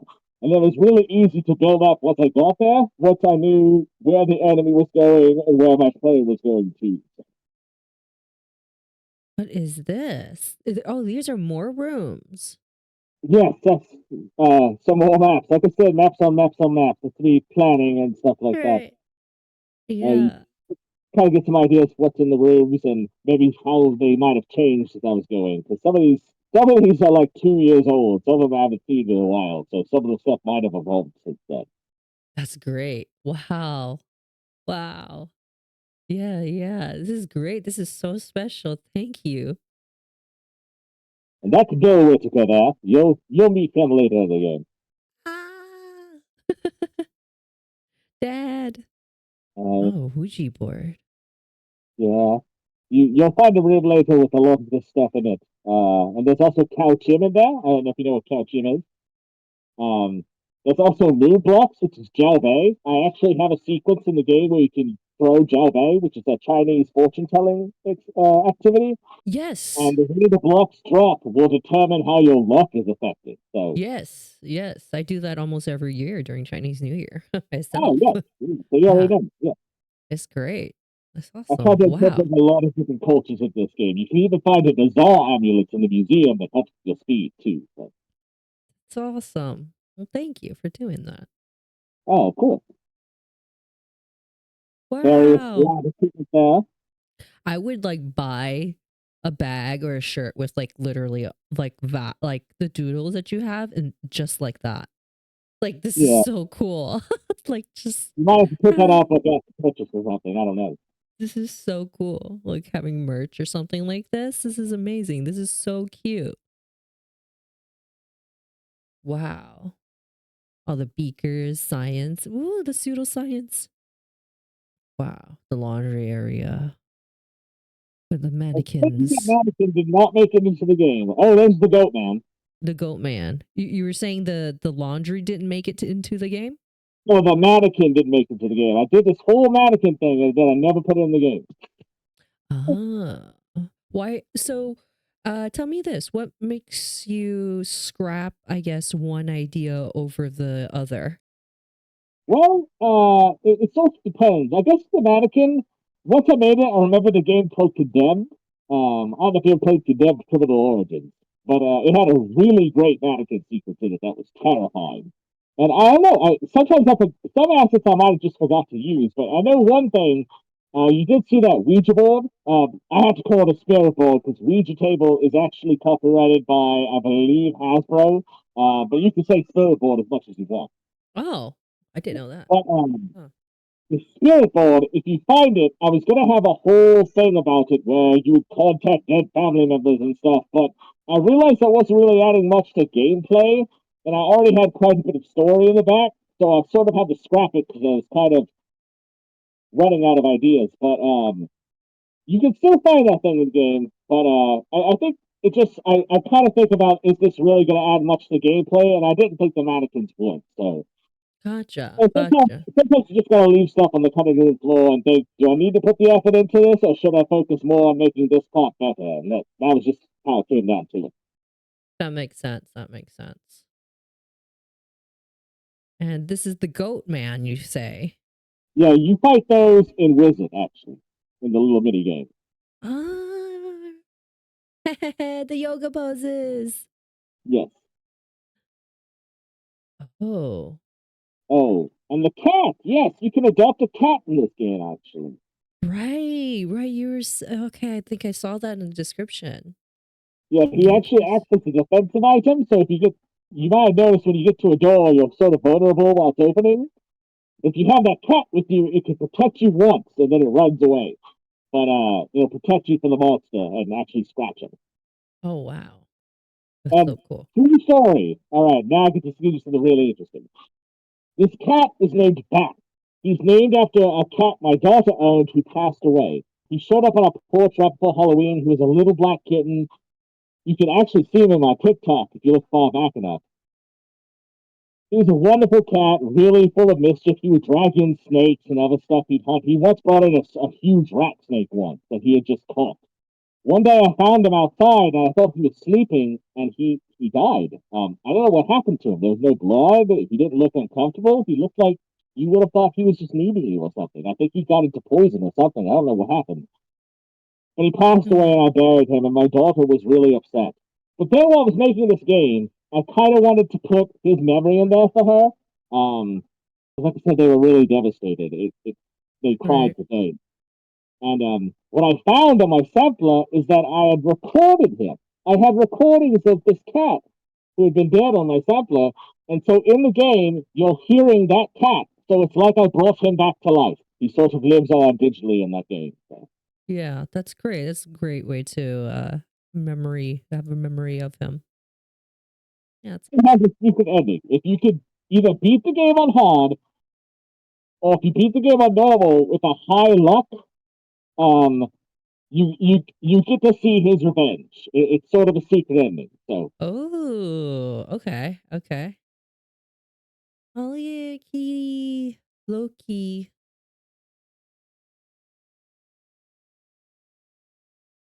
there you see some of the painting drawings you saw earlier. Yes, yes.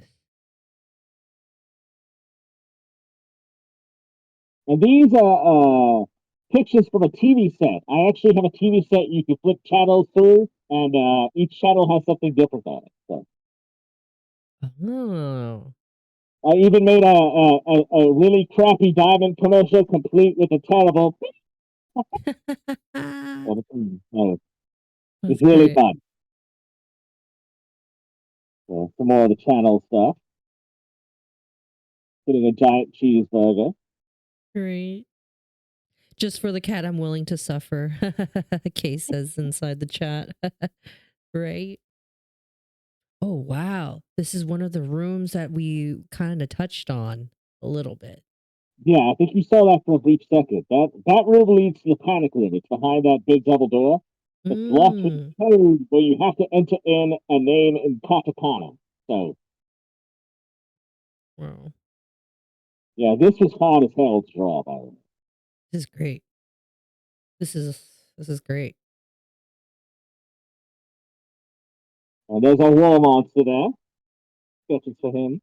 Oh, the wall monster. His name in development was Klaus, by the way, for claustrophobic. So. Oh, that's so cute. Klaus for claustrophobic. He said katakana, right? Yes. Yes. And there's Lydia with a lighter. I won't say what that means. We'll find out later. I just Okay. think that once it makes you mad, he'll get what's coming to him later. Right. Oh. There's trophies, files. You saw some of these objects in the bedrooms. You were in the living quarters at one point. So. Yes, we saw That's where you Rose's did that weird trophies. side passage and ended up in the trophy room and we're Yes. going through the bedrooms. So. Right. There's a more detailed one of Lydia there. Right. Oh, so I see one that is kind of crossed out right here. Oh, yeah. I was drawing her head and I hated how it looked, so thanks.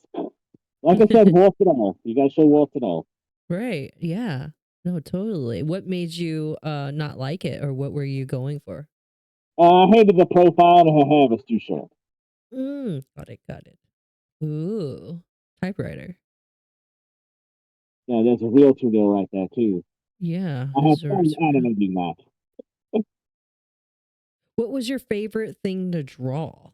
I know you. Oh, my favorite thing to draw. Probably the eyeball one. I think I Ooh. do have that in here. I think you'll see that later. Eyeballs! Oh, there it is. There it is. Wow. That's great. That's great. I enjoyed doing that. Oh, wow. Yeah, you might not even see that though, because the last stage of the game, it's actually 32 rooms, but you only see 10 of them. And it's randomized every time you go through. So that's in one of the rooms. I'm not going to say much more else of it because I don't want to spoil anything, but. Right. I hear that. Oh, this is great. Little peek, little teaser. Oh, see, this head was moving. It kept moving. So there are some defensive items in the game, but you have to find them. I kind of wanted players to improvise and sort of panic a little bit to try to find these. Yeah. If you see that cat head right there, you probably noticed I said earlier that the cat could attack the monster. Yes. Well, if you walk past that mask and the monster walks past it, it falls and scares him and you can run away. Oh my goodness. That's great. I was hoping you'd run into it, but I don't think you had a chance to. But. Right. Ooh. This is Rose?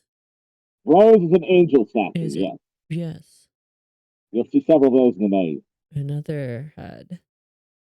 And I've got my finger in there too. There's the trophies and medals you saw in the trophy room. Right. Ooh. What is this? One looks like a that pitchfork. That is a machine that you will see in the panic room. That's all I'll say right now. Okay. The materials in the panic room. Room. Right. Yes, I get it. Ooh. Something's going on. Actually even though I liked it. I liked this one, but for some reason I didn't use this picture. I don't know why. Yeah, this is really nice. Yeah. Sometimes just forget you have assets, I guess. So yeah, I liked this one, but it never ended up in the game for some reason. Yeah. I like this too. It's nice. It does invoke a lot of emotions. Your sketches are amazing. Oh, thank you. Wow. This one makes me laugh. Wow. Yep, have a few dead bodies somewhere. It is a horror game. Right. Ooh. Yeah, you saw that in the World of Truth time. So. Oh, and there's the flames. Yeah, I actually rendered some flames. So actually Flames. hand drew and animated my flames for the sequence I used those in. So Ooh. And animated. I used to, as a kid, love drawing flames. That was like my favorite thing to do around the that is borders of black. my That's too black. right in class. You're just like, I'm just gonna draw flames everywhere. That's Georgia. You didn't get to meet her, but she is in the game. She looks a little better in the game. That's kind of a rough sketch of her. It's not the final sketch, but Right. yeah, that is Georgia Hanley, the brilliant programmer. There's Oh, some networking stuff there, tons of cables, a little router box. clothes. Some dirty laundry. There we go. Yes. Dirty laundry and dishes. Yes, dirty dishes too. Yeah. And there's some Oh, instruments too. There's a music room you can find later, and if you could solve the puzzle in the music room, you actually get a sound tech, so you can actually play with the music and sound effects. that's awesome. I like how you integrated that into the game. Music Yes, being a definitely. big part of your life, of course. So I believe that Yes, is of the course. last I one. gotta make a sound kick. It's like an artist making a game like, oh, I'm just gonna use finger paint for the air. No, you wouldn't do it. Right, right. Totally. Awesome. Awesome. Well, thank you. Thank you so much for putting that all together. That was very special to see like I would have had concepts. more, but yeah, my scanner decided to break this weekend, so that sucked.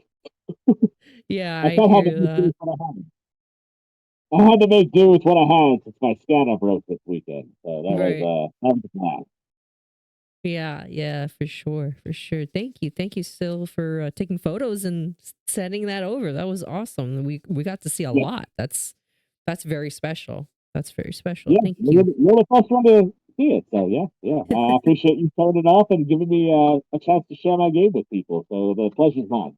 Of course, of course. So this next segment that we got here is going to be a fun segment. Well, their whole thing is fun, of course, but this part is we get to play a little bit of a game together.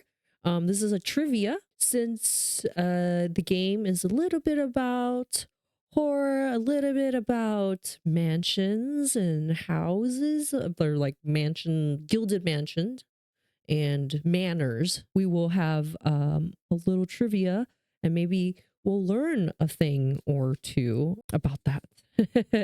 What we're going to do is I am going to read a true or false statement.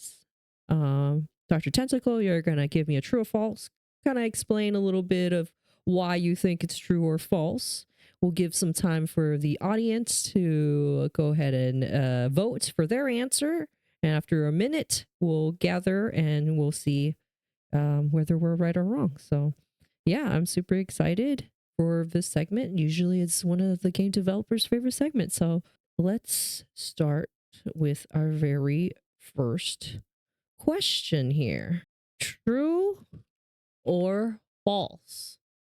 Dr. Tentacle. The term manor originally only refers to the main residence. Ooh, True. You said true? yes. Why is that? What is your understanding or your definition of the word manor? Oh, well, I'm kind of guessing here, but matter is usually sort of the main part of a house. And a lot of older houses, especially in Europe, they might have other structures separate from it. Like they'd probably have a privy, or they'd probably have, something else along the line. But yeah, that's my guess. That's my random guess. It's Oh, true. gotcha, gotcha. No, that makes sense. That makes sense because, yeah, that makes sense. We got the results are in, and we have the audience says it's true. Okay, they agree with you. And the answer is that it's true. Really? Yes, the term manor originally refers to the entire state, and um so it's not just like the main residence. So the next one here, gilded age mansions often use early electricity, which cause frequent fires. True or false? I'd say true, actually. True. Is there like a famous fires? Like, are these mansions usually all gone because of like fire electrical hazards? You think? Well, the problem is these mansions were so ridiculously big because the Gilded Age was just so nuts that they wanted to put the newest and latest stuff in there. But I think it was actually a game executive for Atlas who once said that pioneers get the arrows. And what he was trying to say was that when people just start out with something, there's a lot of kinks in it. And you gotta remember early electricity, we didn't have building codes or electrical codes or anything like that. And these houses were so big, you probably wouldn't notice something like a spark or something because you'd be all the way over on the other side of the house. So I'm going to say true on that for sure. Okay, okay. Let's see. We have a couple more people voting here. Somebody had said Fox, and a couple of true. Okay, so chat in the audience is agreeing with you and says true. So true or false, is Gilded Age mansions often use early electricity, which cause frequent fires? It is true. So yeah, so wealthy families usually are the ones that own these mansions, right? So they risk fires for using cutting edge technology. So they're always the one that has, the first type of technology. So I'm sure with that cause fire hazard that There's happens. actually some bad wiring in my game at one point that I deliberately did, but you have to remember it for when you get to the end. Right, right. Yeah. So nice you put that in. Right.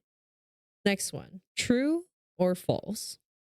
Manor houses in England were commonly referred to as castles. I'm going to say false, actually, because I actually researched castles on this, and a castle is something that has a chamber and usually walls and a tower and a courtyard. So I'm going to say false. I'm going to say false. Because Ah. I've seen floor plans. I've seen floor plans of manors and castles, and they're very clearly two distinctly different things. I looked at a Oh. lot of floor work for stuff while I was making this game.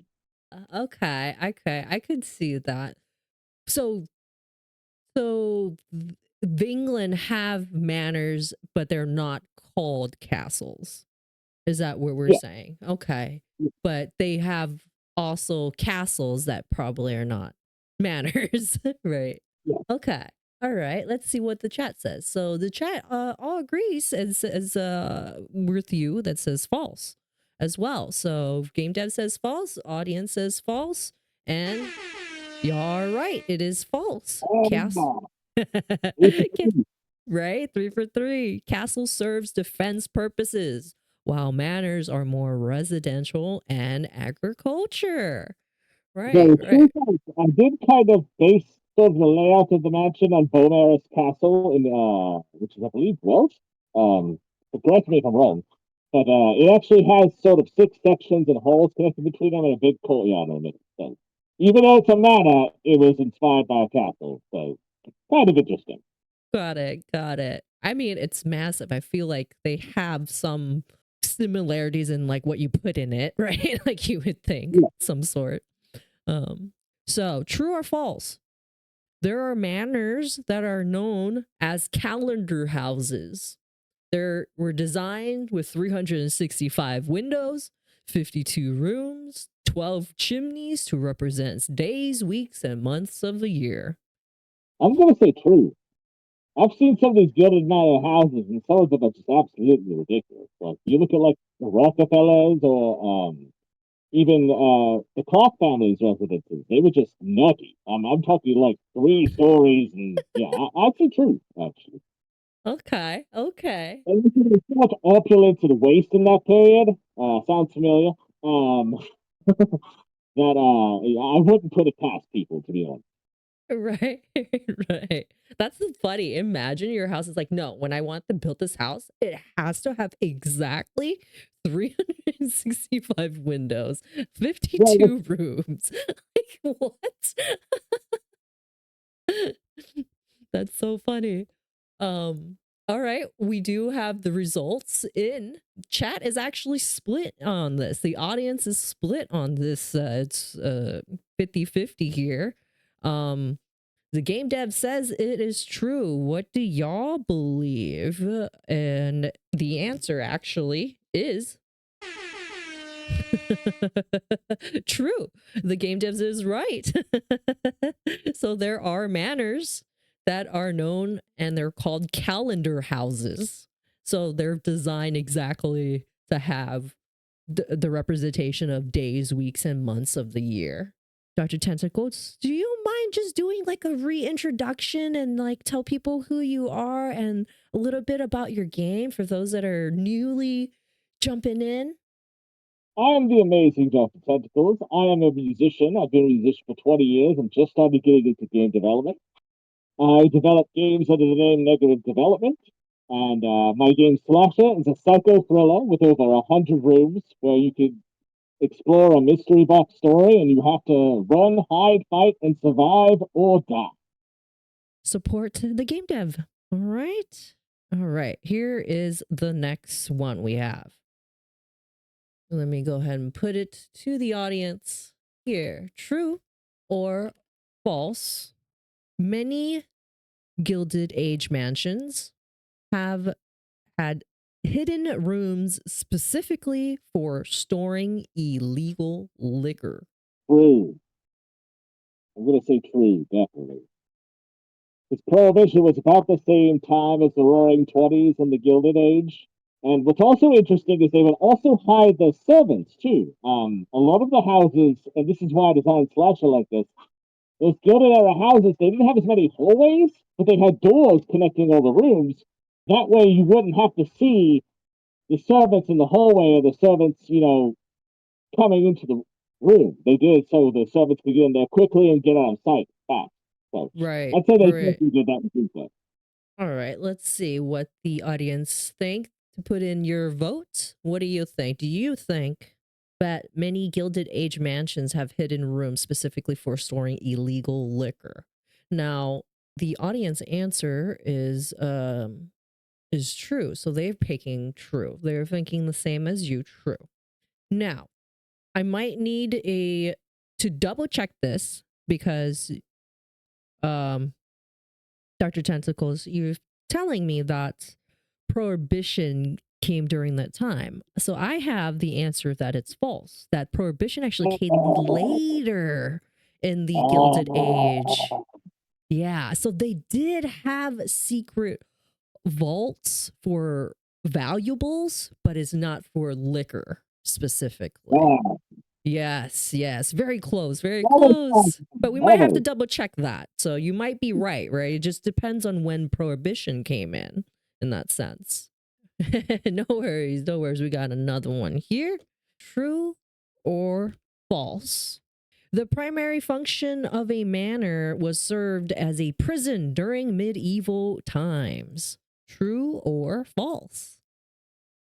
I think I might have gave it away from the last conversation we just had about when. I think it's false. I think I'm going to say it's false. What do y'all think? I Oh, don't think it's too many members with an Iron Maiden rapping them. right. They love the mask. They can see that they asked if it was like pretty much if it was 3D printed. It's really cool. The filter is 3D printed, so you can see the custom design here, but this is real. The mask is a GP5, I believe. So That's awesome. That's so cool. All right. So they say is false. And the dev says that it's false, and y'all are correct. It is false. So the manors houses are served as residence of the lord and administrative center of the manor. So it's not used as a prison. True or false, everyone? The term haunted mansions became popular during the Gilded Age due to ghost stories about industrial tycoons. I want to say true, actually. Do we know of any specific tycoons that I know Henry Ford opened fire on a lot of his auto workers during a strike, so they weren't treating their workers well. I think I could definitely be. I know Sarah Winchester, apparently, who built the Winchester house. She was the inheritor of the Winchester fortune. She built it in a very specific, crazy way because she's afraid of ghosts getting her. So I'm going to say true. Okay, okay. Deb says true. What do y'all think? The term haunted mansion became popular during the Gilded Age due to ghost stories about industrial tycoons. The answer is it's true. So Dev got this one. Yeah, so wealthy family scandals and tragedies was one of the few of these local type of like legends and stories. So yes, that is true. I actually got a chance to visit I believe her name is Sarah Winchester, her house in San Francisco or San Jose, I believe, when I was really young.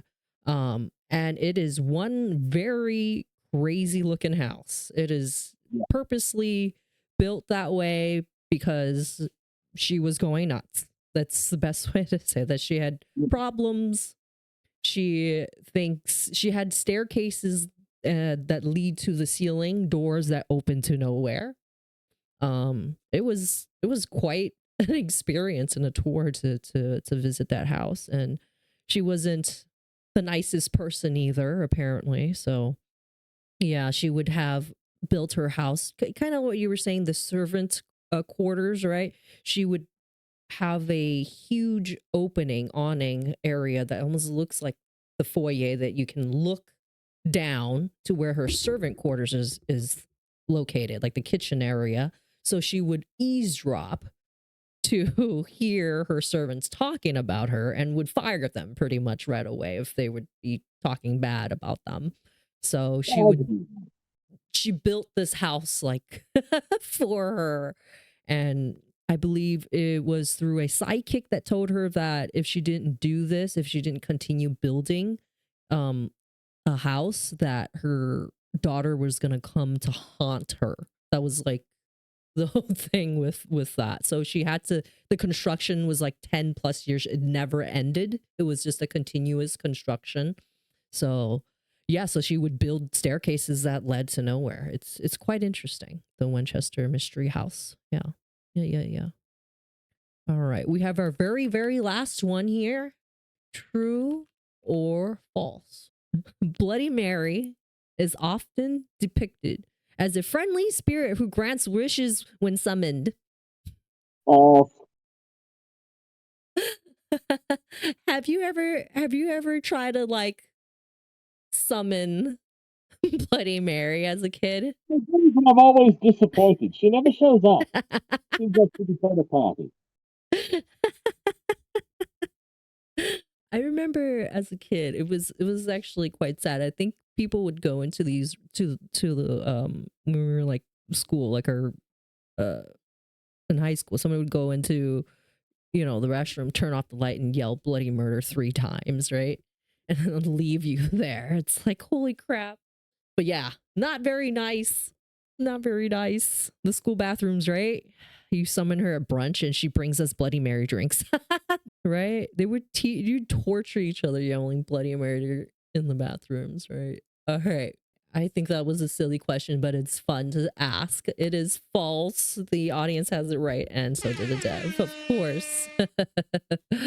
Bloody Mary is crazy. She basically, I read a little bit more about her because I was like, who is she depicting and such, right? So apparently she is typically portrayed as a malevolent spirit who may curse or harm others who summon her. Historically, a ritual encountered young woman to walk up a flight of stairs backwards, holding a candle and a hand mirror in a darkened room. As they gaze into the mirror, they're supposed to be able to catch a view of their future husband's face. So there was, however, a chance that they would also see a skull of the face of the Grim Reaper instead, indicating that they were going to die before they would have a chance to marry, basically. So that's kind of a little bit of the Bloody Mary story, how that turned into what it is now. Thank you so much for playing. You pretty much got most of those right, if not all. I missed one. I missed one. You missed one. Okay, just one. That's pretty good. Awesome. Yay. Yeah, tell me about music. So what got you not just into music, what made you pick the type of music for certain levels and the sound design of the game? Well, I sort of went for sort of a vibe. And just when I was making this game, I found a hard drive I had of old sounds I'd recorded like 20 years ago, and I did record them very well because I was younger. But now there's a whole lo-fi thing, and I guess they got digitally rotted for being on a hard drive because they had the perfect patina to them, just sort of a rot to them, and it sort of brought the whole soundtrack together. So every song on the soundtrack has some sort of weird noise or something off in the background that's probably something I recorded 20 years ago. And on top of that, I tried to have a lot of contrast between instruments. Like you'll hear a lot of songs, there'll be organic instruments and electronic instruments sort of at war with each other. And I even made one track using Tibetan singing bowls. So I was pretty proud of that one because you can actually hear the vibrations bouncing off each other in the track. Pretty nice. And there's a track you'll hear later where I wrote it by hitting springs in my attic because my daughter heard them and they said they were very scary. So I was hitting springs in my attic because my daughter said they sounded creepy. So I decided to record them for one of the tracks. And if you listen carefully to the backtrack, you'll hear like this high pitched sound in the background. And I did not realize it was 9 o'clock at night and I had a baby sleeping. And it's my wife saying, "What the hell are you doing? It's 9 o'clock." And I was like, "I'm recording springs." So you hear her ghostly voice in the background on that. But I kept it in there because I threw so much reverb on it. It just sounded so haunting. I kept it. Oh, okay. That's so cool. That's so cool that it's. Does she like to play like music, or is she like learning anything? Any music? Any of your kids? Uh, well, she's busy raising kids, but we're both busy raising kids. But she's an avid gardener. She's a wonderful artist.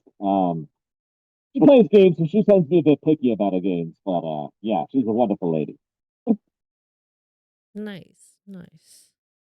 Oh, cool. That was great.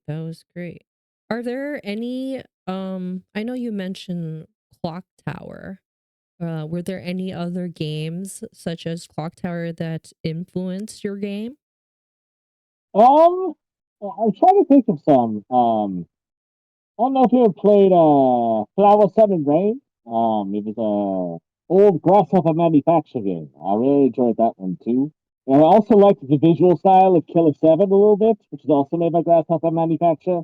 It has a very high contrast. It's dark, but it's also very colorful. I kind of liked that sort of anachronism, that sort of contrast of this really bright environment yet with a really serious dark story as well.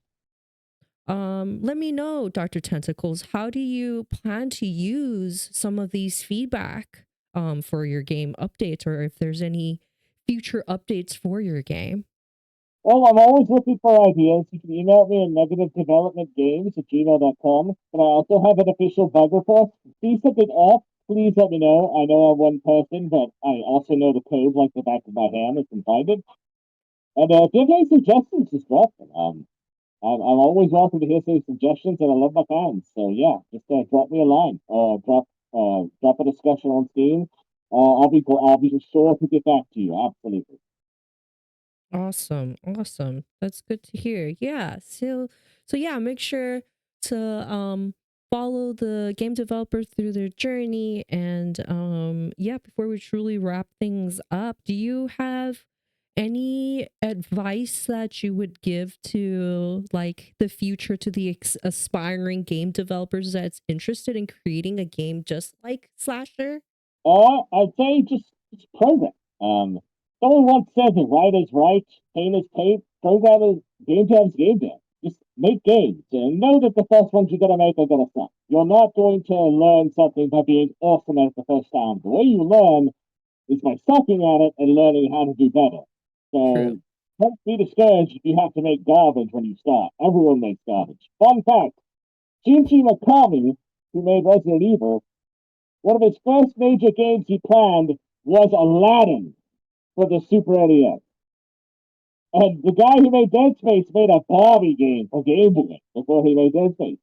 So, yeah, you gotta start somewhere. So don't feel bad if your first game does not look amazing, because that is how you learn. It's going to look like crap, it might even play like crap. Doesn't matter. Do it, learn what you need to, and then get back. I love that. I love that. That is, yeah, that's actually a lot of, I feel like a lot of my advice to a lot of folks that want to start content creating. I just say, just do it. Just put yourself out there. Just truly do it. You know, shoot your shot. Because I think, yeah, it's never gonna be the best the first time you do something. You know, it's an evolving process. So I think that's very important if you want to do something, to just go for it. So yeah, that's Yeah. awesome. That's great advice. Thank you so much. And Okay. do you have any shout outs? Would you like to give any Um, shout outs to folks? I do want to give shout out to Godot Engine. People who make the Godot Engine, I wouldn't have been able to make this game without it. Big shout out to the Dallas Society of Play. They gave me a lot of big confidence. They were some of the first people I showed the game to, and they were really polite about it. They really enjoyed it. That gave me a huge motivation boost. So I would have been here without that. And thank you. Thank you for having me. And thank you all for watching. I'm really proud to share this game with you. It's really great to be here. Yes, yes. Huge shout out, huge thanks to Dr. Tentacles for sharing your journey and for sharing this incredible game. Slasher, it's been a blast. It's been a blast to learn the technical, the creative process. It's been very special. Thank you again. Thank you everybody for being here.